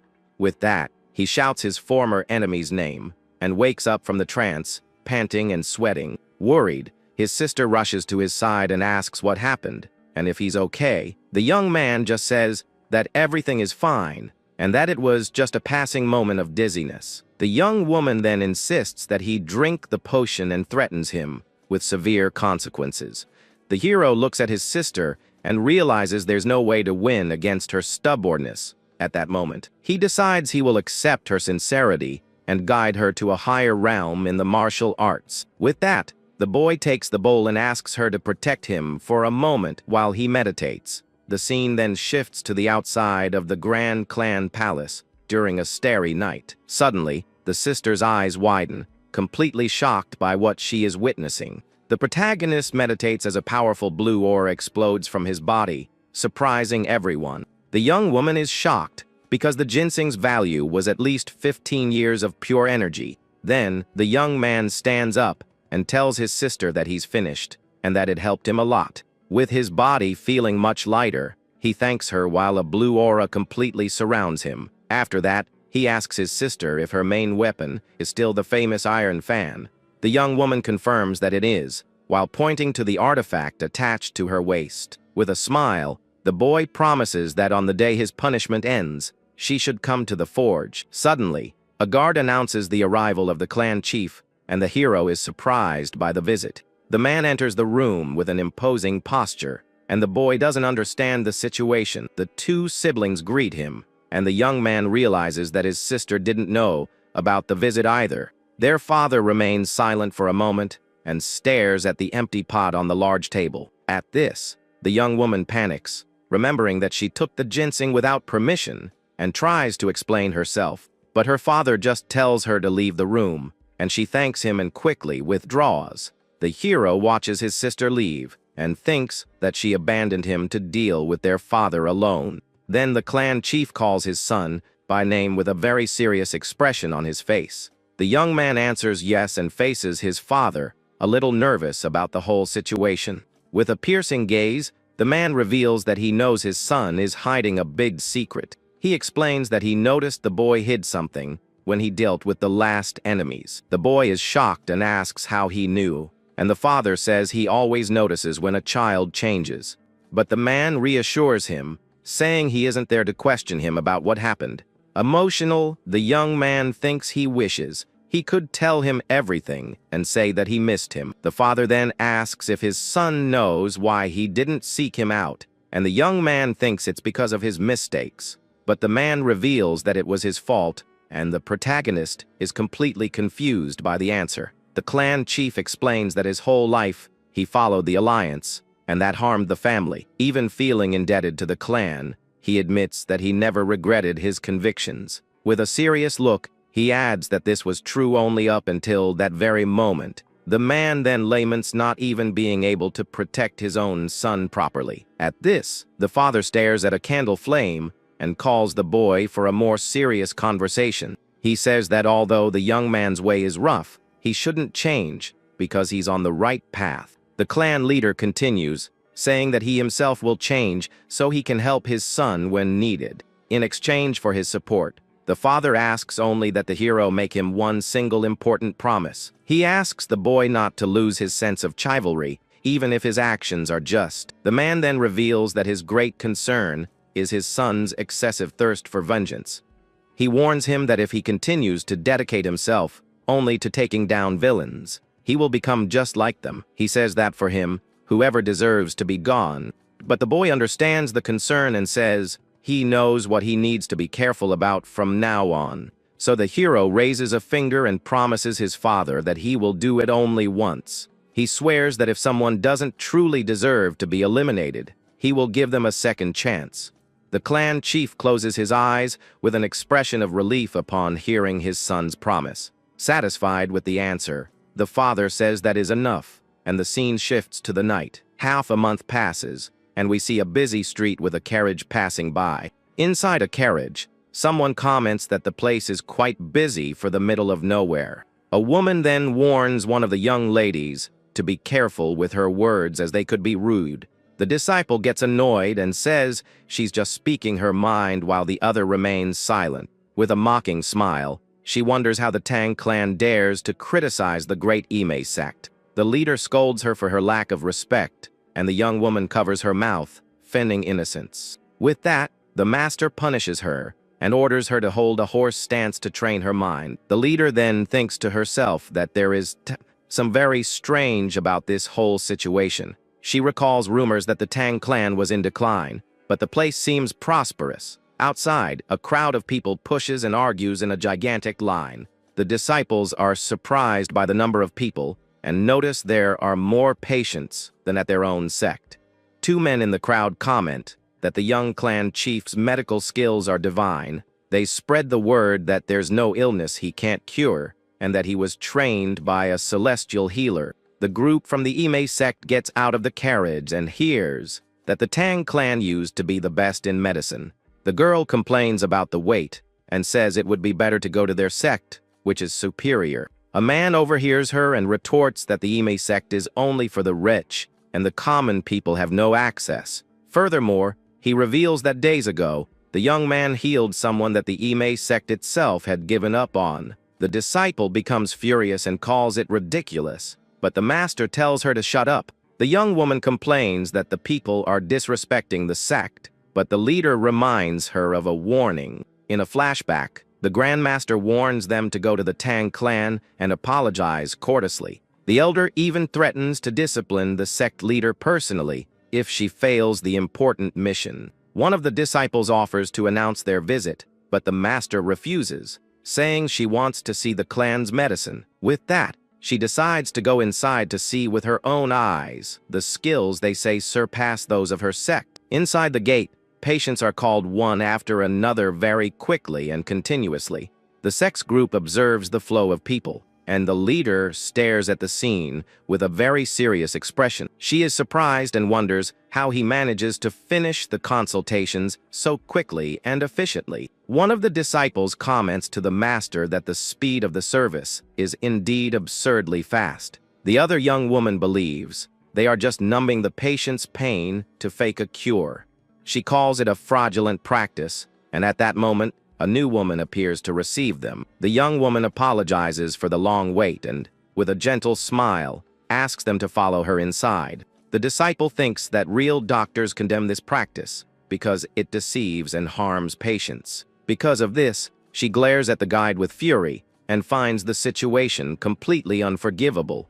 The guide leads them to a waiting room and asks them to wait, as they will soon be seen by the young master. The sect leader stares at the closed door of the consultation room with a very suspicious expression. Curious, she decides to peek through a crack in the door to see what's happening inside the room. In the room, our protagonist is seated and talking calmly with his next patient of the day. The disciples also peek and whisper that he looks like a detestable guy and that the place has no security. The young woman still doesn't dismiss the suspicion of fraud and decides to strike as soon as she has any proof of the scam. A mother begs for the young man's help while her daughter asks her not to cry, and he calms her with a smile. The hero asks what troubles her, and the girl says that other doctors told her she would never walk again. He then asks if she has ever thrown herself to avoid something, and the mother is shocked by the precise question. The mother confirms that 3 months ago, her daughter rolled to dodge a carriage, and the hero says he figured. He then explains that her condition damaged the nerves in her shin and paralyzed her muscles. The sect's disciple is shocked and wonders how he managed to diagnose that so quickly. The master and the other young woman admit it was a perfect diagnosis that not even they could have made at a glance. At this, the blonde girl becomes confused, seeing that her leader and companion are speechless. With hope in her eyes, the mother asks if the young clan chief can really treat her daughter. He replies that he will do it right now and pulls out a black needle with a powerful energy. The suspicious disciple grumbles that the needle is as black as his heart and calls him sneaky. The sect leader and the other apprentice are completely astonished by the young man's skill. The master doesn't understand how he can use such a thin needle to channel so much energy. She recognizes that the item is better than a very expensive artifact she bought and calls it divine. The other young woman wonders why no one seems to hear the whispering technique she is using. Suddenly, the little girl jumps for joy and shouts that she can move her leg while her mother gives thanks. The sect leader realizes that the treatment wasn't just temporary, as she had initially suspected. She sees that he reconnected the girl's nerves and meridians cleanly and very precisely. With a smile, the young man shows his talent, and the master recognizes him as an unparalleled genius. The leader then realizes the gravity of the situation and what they have been doing all this time. She remembers the Grandmaster's warning and understands they were caught spying on the Tang clan's treasure. The little girl says goodbye and says she'll be back, but the hero advises her not to, as she's already healed. With a cute smile, she says she wants to see him again, and he invites her to come back whenever she wants sweets. The mother and daughter hug happily, and the little girl asks if she can play now that she's healed. With this, The sect leader questions what they should do now that they've been discovered. She feels guilty and thinks this is karma for her own distrustful actions. So, the woman decides the right thing to do is to honestly apologize for spying, but suddenly, she is startled to see something flying towards her at high speed. One of the disciples reacts quickly and manages to block the attack with her wooden staff. Angrily, she shouts and asks what that was, and the hero says he left them alone because of the patient. He then warns them that they will pay the price for spying on his clan's secret art. With red eyes, he threatens them and tells them not to even think about leaving that place alive. The young man then uses his telekinesis and pulls one of the disciples' swords with full force. The weapon flies across the room and crashes against the wall, causing great damage to the area. With the impact, a wave of energy throws the three women back violently. The young man then catches the sword in mid-air with his skill and holds it firmly in his hand.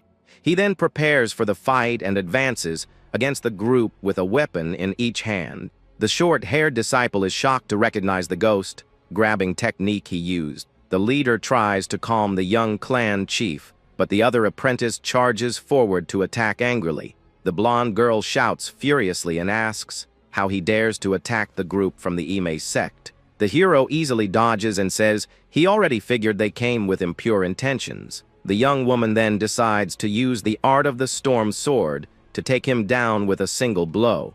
But the young man just stares at her with his gaze. The hero strikes the girl's neck with a quick blow, leaving her unconscious on the floor. The sect leader then looks at her fallen disciple without showing any emotion.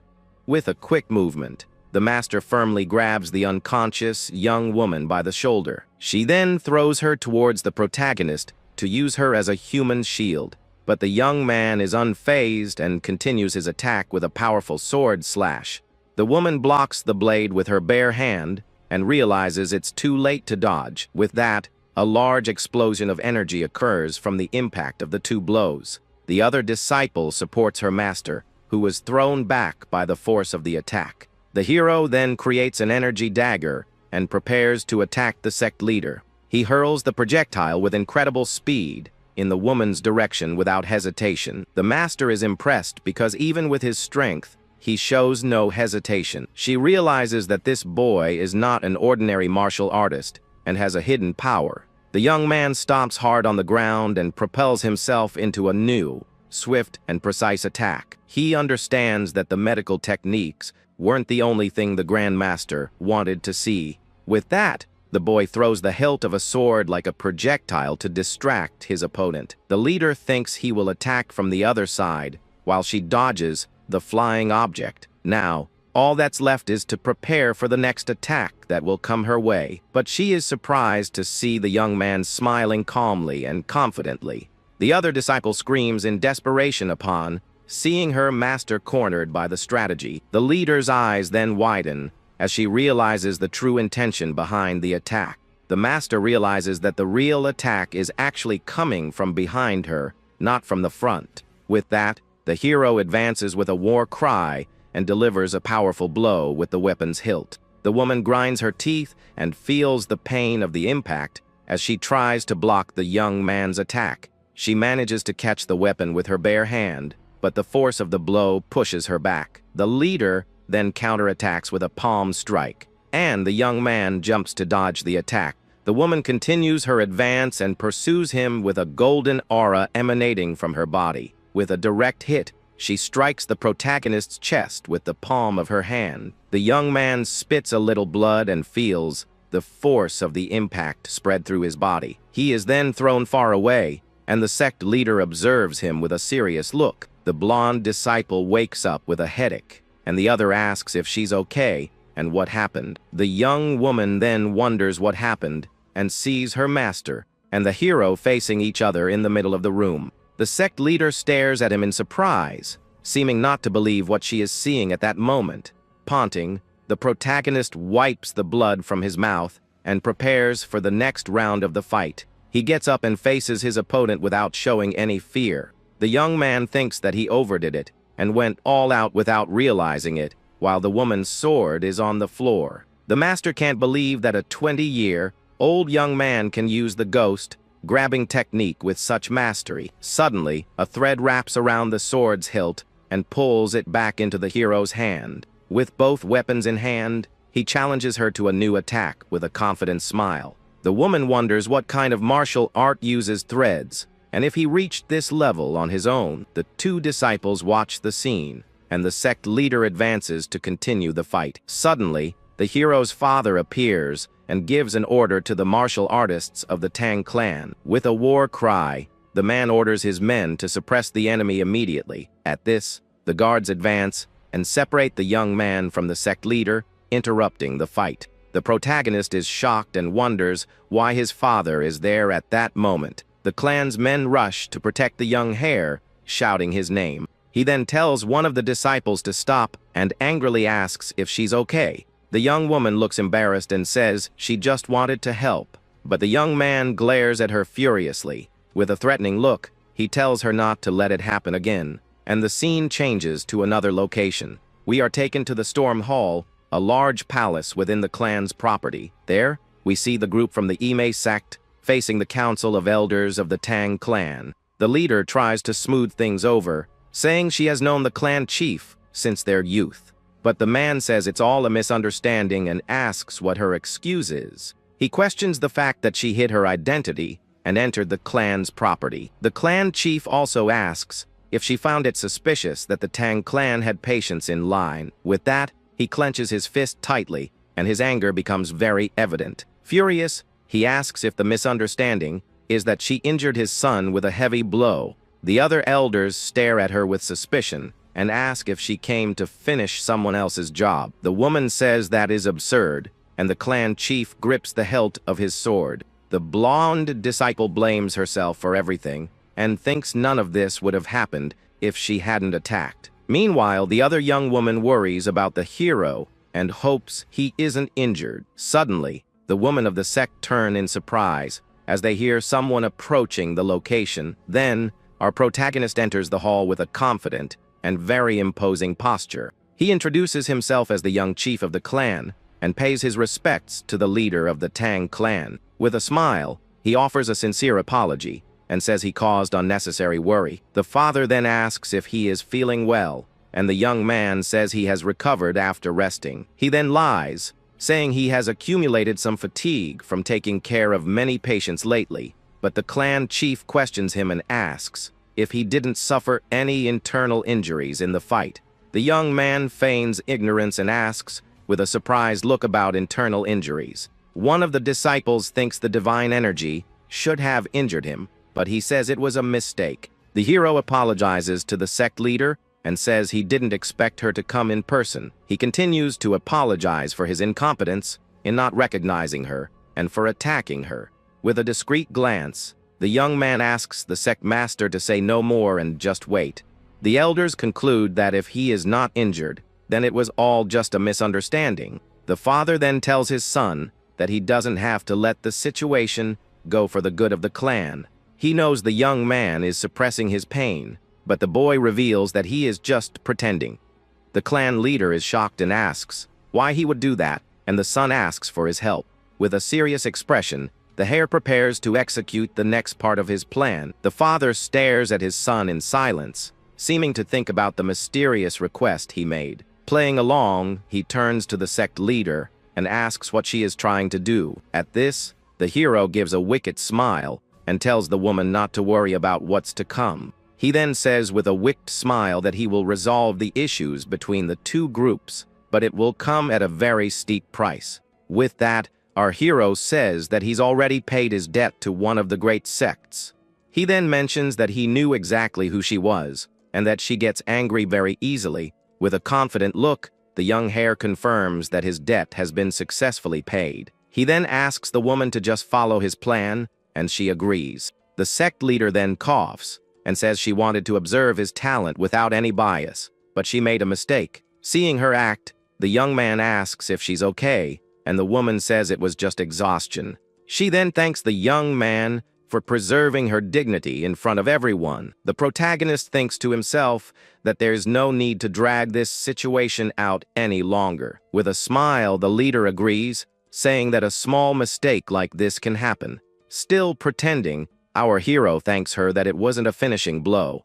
The woman then bows her head and apologizes for everything that happened in the hall. With a sharp gaze, he asks if that's really what happened between them. The young man replies yes, saying he could never accuse the Ime sect of being dishonest. One of the elders says it was all a misunderstanding, and that the rumors about the healer are true. The leader apologizes, and one of the elders says it was all a misunderstanding on their part.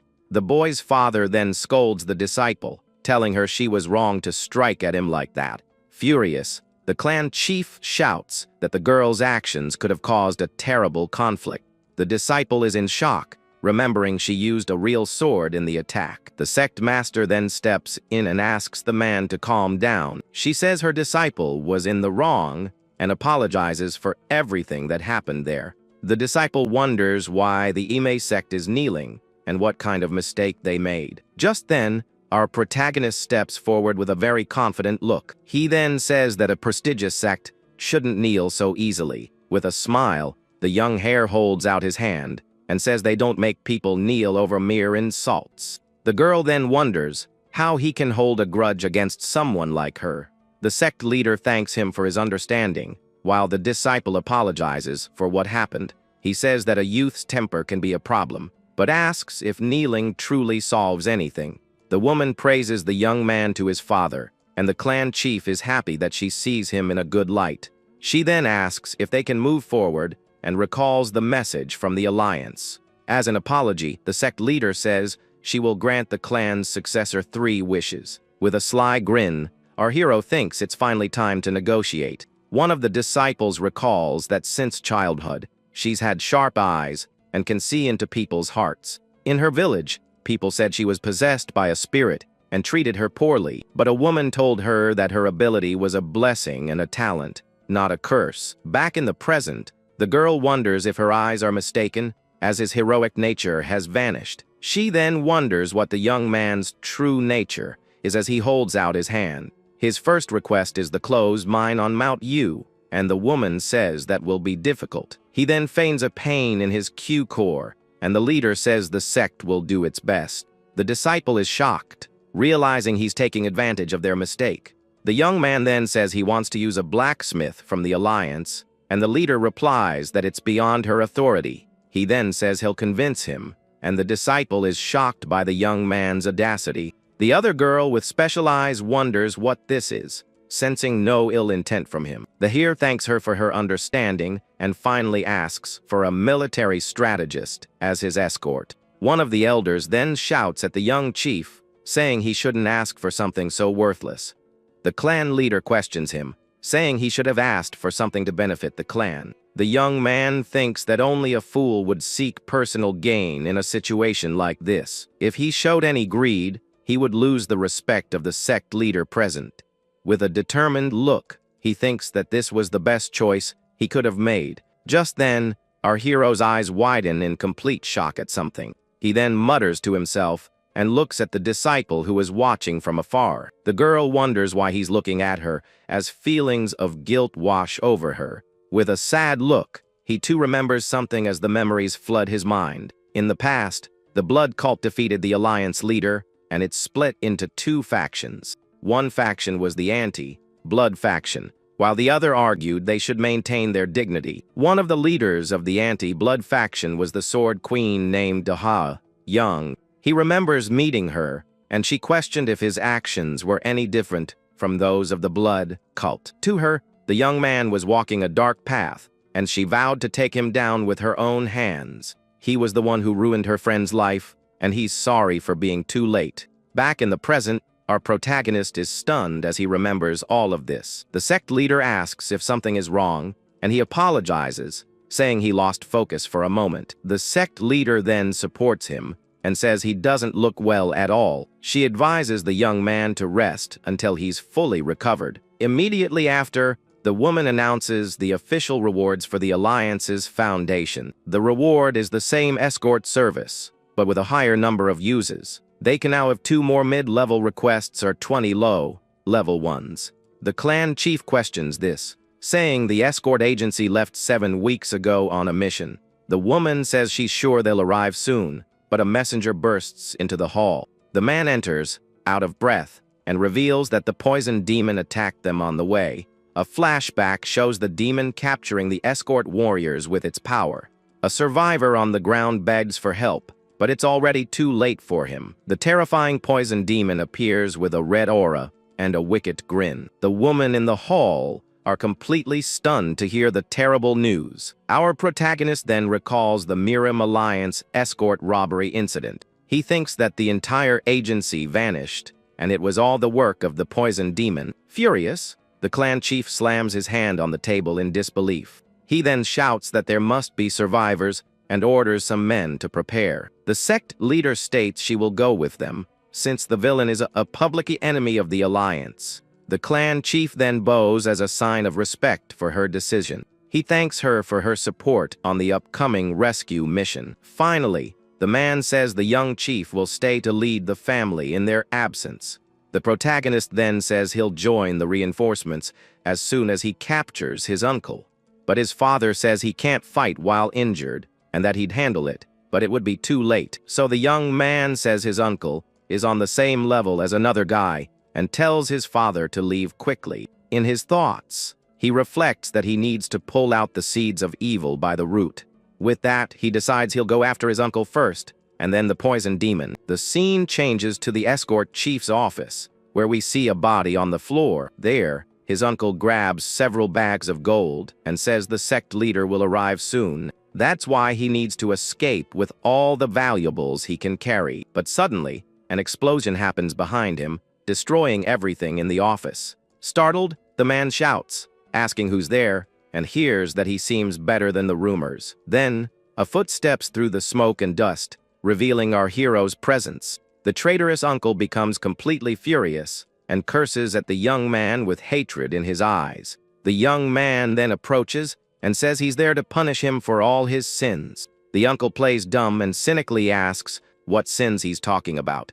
He tries to blame the body on the floor, but his nephew tells him to stop stalling. Then the heir says that if he's from the Tang clan, he should show some dignity and offer his neck. The uncle is shocked by his words and doesn't know what to say to the accusation. But soon, a wicked smile appears on his face, and he says that's fine. Surrounded by a green aura, he says it's time to stop playing games once and for all. With that, the man unleashes his poisonous energy, preparing for the big fight. With a powerful impact, the two warriors clash in the middle of the smoke as energy explodes throughout the office. The traitor then wipes his face and asks if the boy is really going to act so arrogantly, just because of some help. The young heir stands firm in front of the disciples, who watch the villain with anger and contempt. Then, one of the girls shouts for the man to be quiet, calling him a dirty villain, while her partner tries to calm her down. At that moment, she reflects that even with the clan in ruins, they can't underestimate the power of that wicked traitor. With a swift movement, the uncle shows that his strength is on the same level as the best fighters in the region. Laughing wickedly, the old man comments that fate is on his side now that the sect leader is gone. But the man doesn't waste any time and starts preparing a hidden attack to end this game once and for all. The short-haired warrior draws her giant sword and orders him to surrender, just like his henchman did before. The cynic just watches the three of them and asks if they really think they'll win while his men were running away. Our hero realizes he's stalling for time and knows that his dirty tricks never change. Grumbling about his useless subordinates, the villain begins to manipulate a dangerous energy around his body. Suddenly, the disciple recognizes a forbidden item that could take out even the most powerful master of all. And the uncle decides he'll take out one of them first to show who's in charge. With that, he fires the soul-chasing arrow, which flies toward the young woman who is in total shock. The girl sees the danger approaching and can't react in time as the projectile cuts through the air. But at the last second, the fatal attack almost hits the girl's face as she closes her eyes, expecting the worst. Then, black threads appear out of nowhere and wrap around her body to pull her out of the line of fire. At that critical moment, The protagonist grabs his companion and protects her with his steel wires as the traitor's attack fails miserably. Confused, she wonders where that shot came from and what the ropes wrapped around her are. The girl thanks him for his help and realizes the threads are the young master of the Tang clan's main weapon. But the traitor complains that it was a shame that attack didn't get one of them on the first try. The warrior calls him a coward, but the old man replies that she's just a brat who doesn't know the world. Then the villain pulls out a huge whip and says that fallen foes tell no tales. With swift movements, the enemy attacks the group with heavy blows that shatter the hall's floor. At that moment, the fighter is startled by the man's absurd speed as she tries to defend herself. She realizes that his power level is much higher than she initially imagined. With that, the young woman suggests they all attack together and says she'll lead the charge against the traitor. But the hare refuses the offer and firmly states that he's the one giving all the orders from now on. He then warns that if they won't obey, they should step aside, because he'll fight his uncle alone. The girl is confused and wonders what the young man plans to do in this dangerous moment. Immediately after, our hero tells her to step to the upper right to avoid the next blow. Luckily, she obeys, and the villain's attack just misses, not hitting anyone in the office. Impressed, the woman notes that the young man read the attack's direction perfectly and without hesitation. Furious, the traitor shouts that their luck won't last forever and prepares another deadly charge. But the protagonist predicts another move and warns her to duck because the blow will come from below. Once again, the command works, and the disciple escapes a certain end as the villain gets more and more irritated. In that instant, she concludes that it's not luck, but an incredible ability to see through all attacks. Outside the mansion, the sounds of the intense battle echo throughout the central courtyard. Even while dodging well, his partner wonders what to do now, because they can't just run forever. Facing the hero, the young master calmly observes the situation while the warrior is surprised by his skill. The girl then asks if the young man is listening, or if she should take command of the orders now. With a slight smile, the protagonist wonders if she has always been so naive in front of a strong enemy. But the traitorous uncle triggers a hidden mechanism in his whip to launch another surprise attack on the group. Then the villain shouts for them to fall, while delivering a powerful blow that makes everything in the office tremble. At that moment,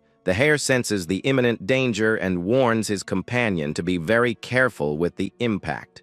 He notices the man used the crack of the weapon to hide the sound of an arrow fired at them. With that, the young man explains that they need to watch out for the dirty tricks used in this deadly fight.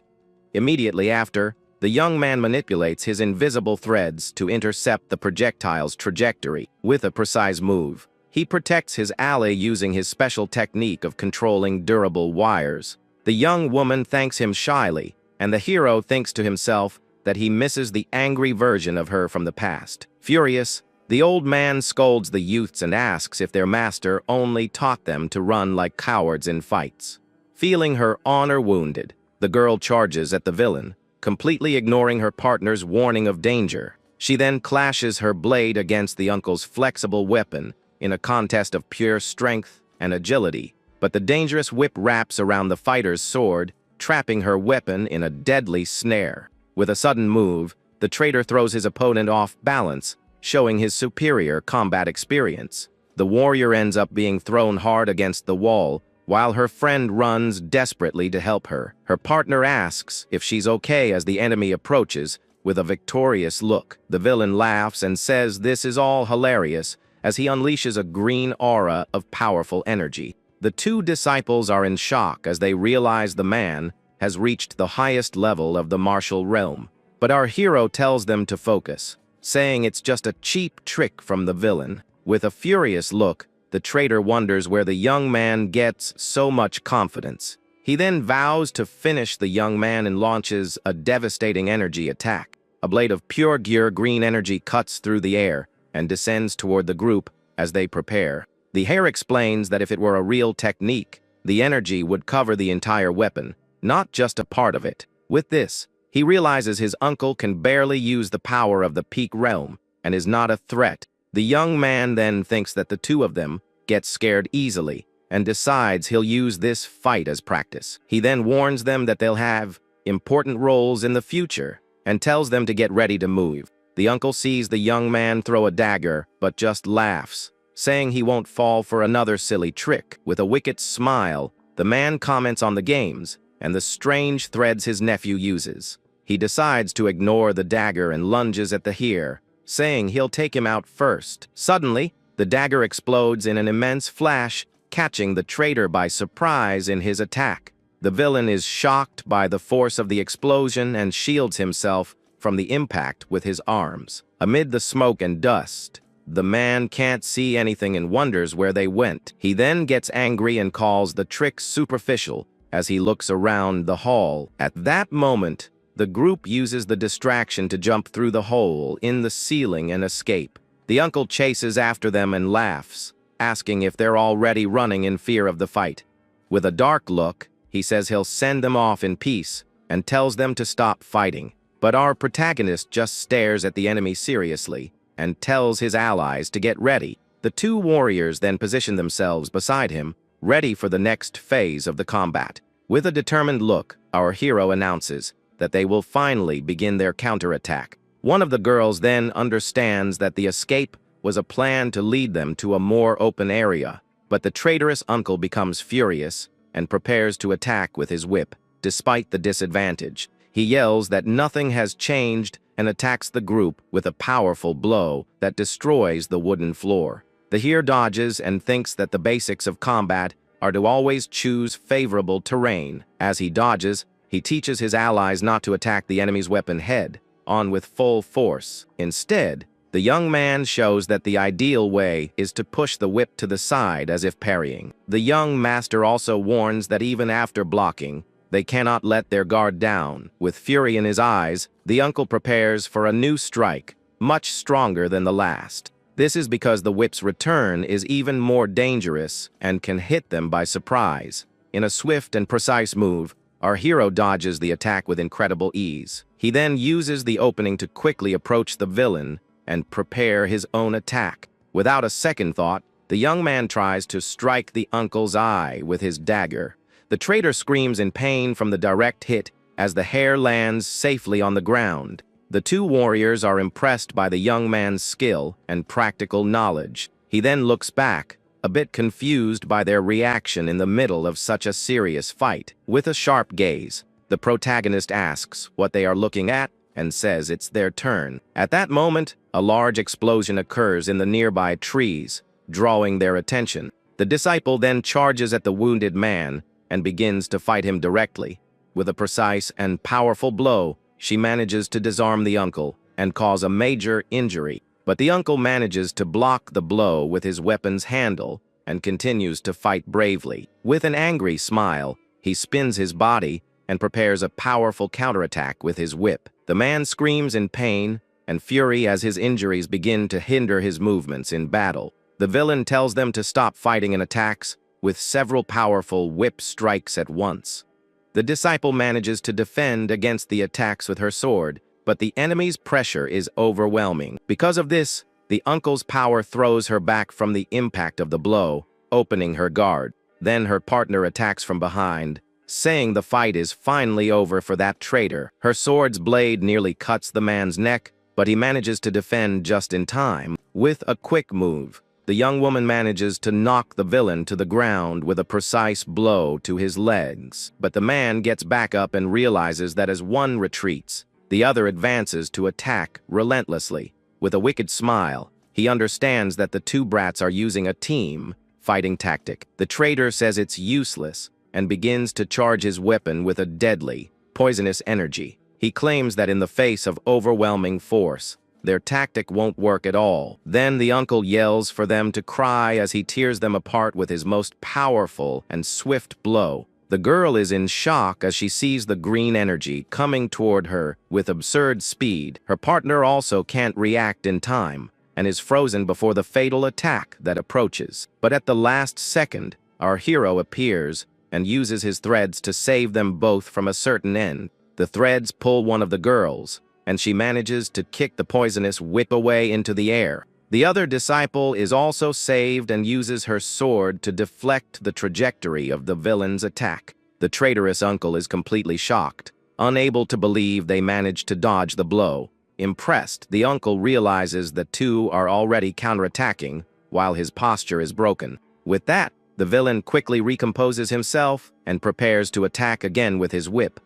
In a coordinated attack, one of the warriors uses a powerful sword technique against him. She then charges forward and delivers a direct blow that hits the traitor square in the chest. The man then feels the protagonist's threads binding his arms, leaving him vulnerable. Suddenly, his nephew appears from below and calls out to his uncle with a serious, challenging look. The young master then lands a powerful blow to the villain's chin, who screams in great pain. The impact sends the traitor flying into the air, leaving him completely defenseless. Our hero watches his uncle and comments that he seems quite tired after so much fighting. With a leap, the two disciples prepare to deliver the final blow to the helpless enemy. They then attack together in a perfect combination of sword strikes and martial arts. The man feels the power of the attack and prepares to use his last trump card to escape. Desperate, the uncle creates a huge tornado of poisonous energy to attack everyone at once. With a cry of fury, the villain unleashes all his power and curses his nephew with great hatred. The hare uses his threads to shield himself and his allies from the deadly whirlwind. But one of the disciples is caught in the tornado and screams in pain as she is thrown into the air. The other girl is also unable to escape and is thrown far away by the force of the attack. With a look of pure malice, the uncle yells for them to fall and focuses his energy on the blow. The villain's final attack advances toward one of the warriors who is down on the ground, but our hero stands firm and prepares to intervene with his own special technique. With that, the villain's poisonous energy explodes in an intense green light on the battlefield. One of the warriors screams desperately for the young master as she is thrown far away. The traitorous uncle then smiles, believing he has finally gotten rid of that thorn in his side. He then turns to flee, thinking he just needs to plan for the future now that victory is his. But suddenly, the man stops confused as he feels something strange happening around him. Black threads emerge from nowhere and pull him back with great force, stopping his desperate escape. The invisible web then throws him from side to side without him being able to react or defend himself. With a violent impact, the villain is thrown against the ground with no chance of escape. At that moment, the protagonist's thread spread across the sky like a giant, deadly net. The web then closes in quickly, causing a huge energy explosion that covers the entire area. Now trapped and immobilized, the uncle despairs and asks what those things are. Amid the dust, our hero questions where the traitor was going in such a hurry. The young man then reveals his threads, covered in the poison, and coldly calls the man Hunkle. The villain is shocked to realize the young man blocked every drop of his deadly poison.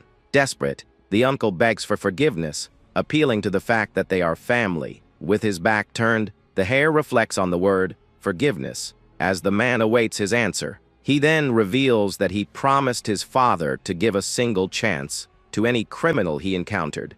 The traitor becomes hopeful, but the young man explains the promise doesn't apply to those who deserve their end.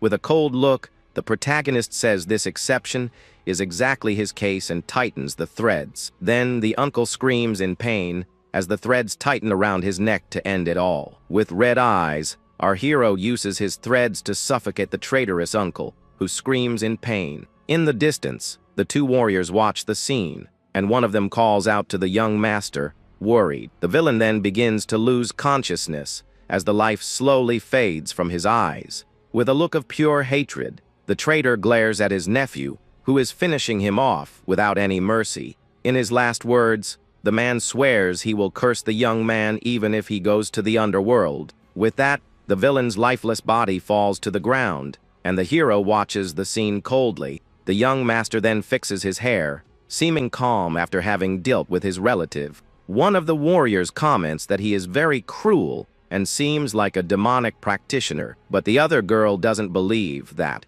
and decides to use her special eyes to confirm the truth. She thinks that if he were a madman, he would be feeling pleasure and excitement from the situation. With her eyes glowing green, the disciple begins to analyze the protagonist's feelings. She then discovers that the emotions he feels are self-loathing in a great emptiness.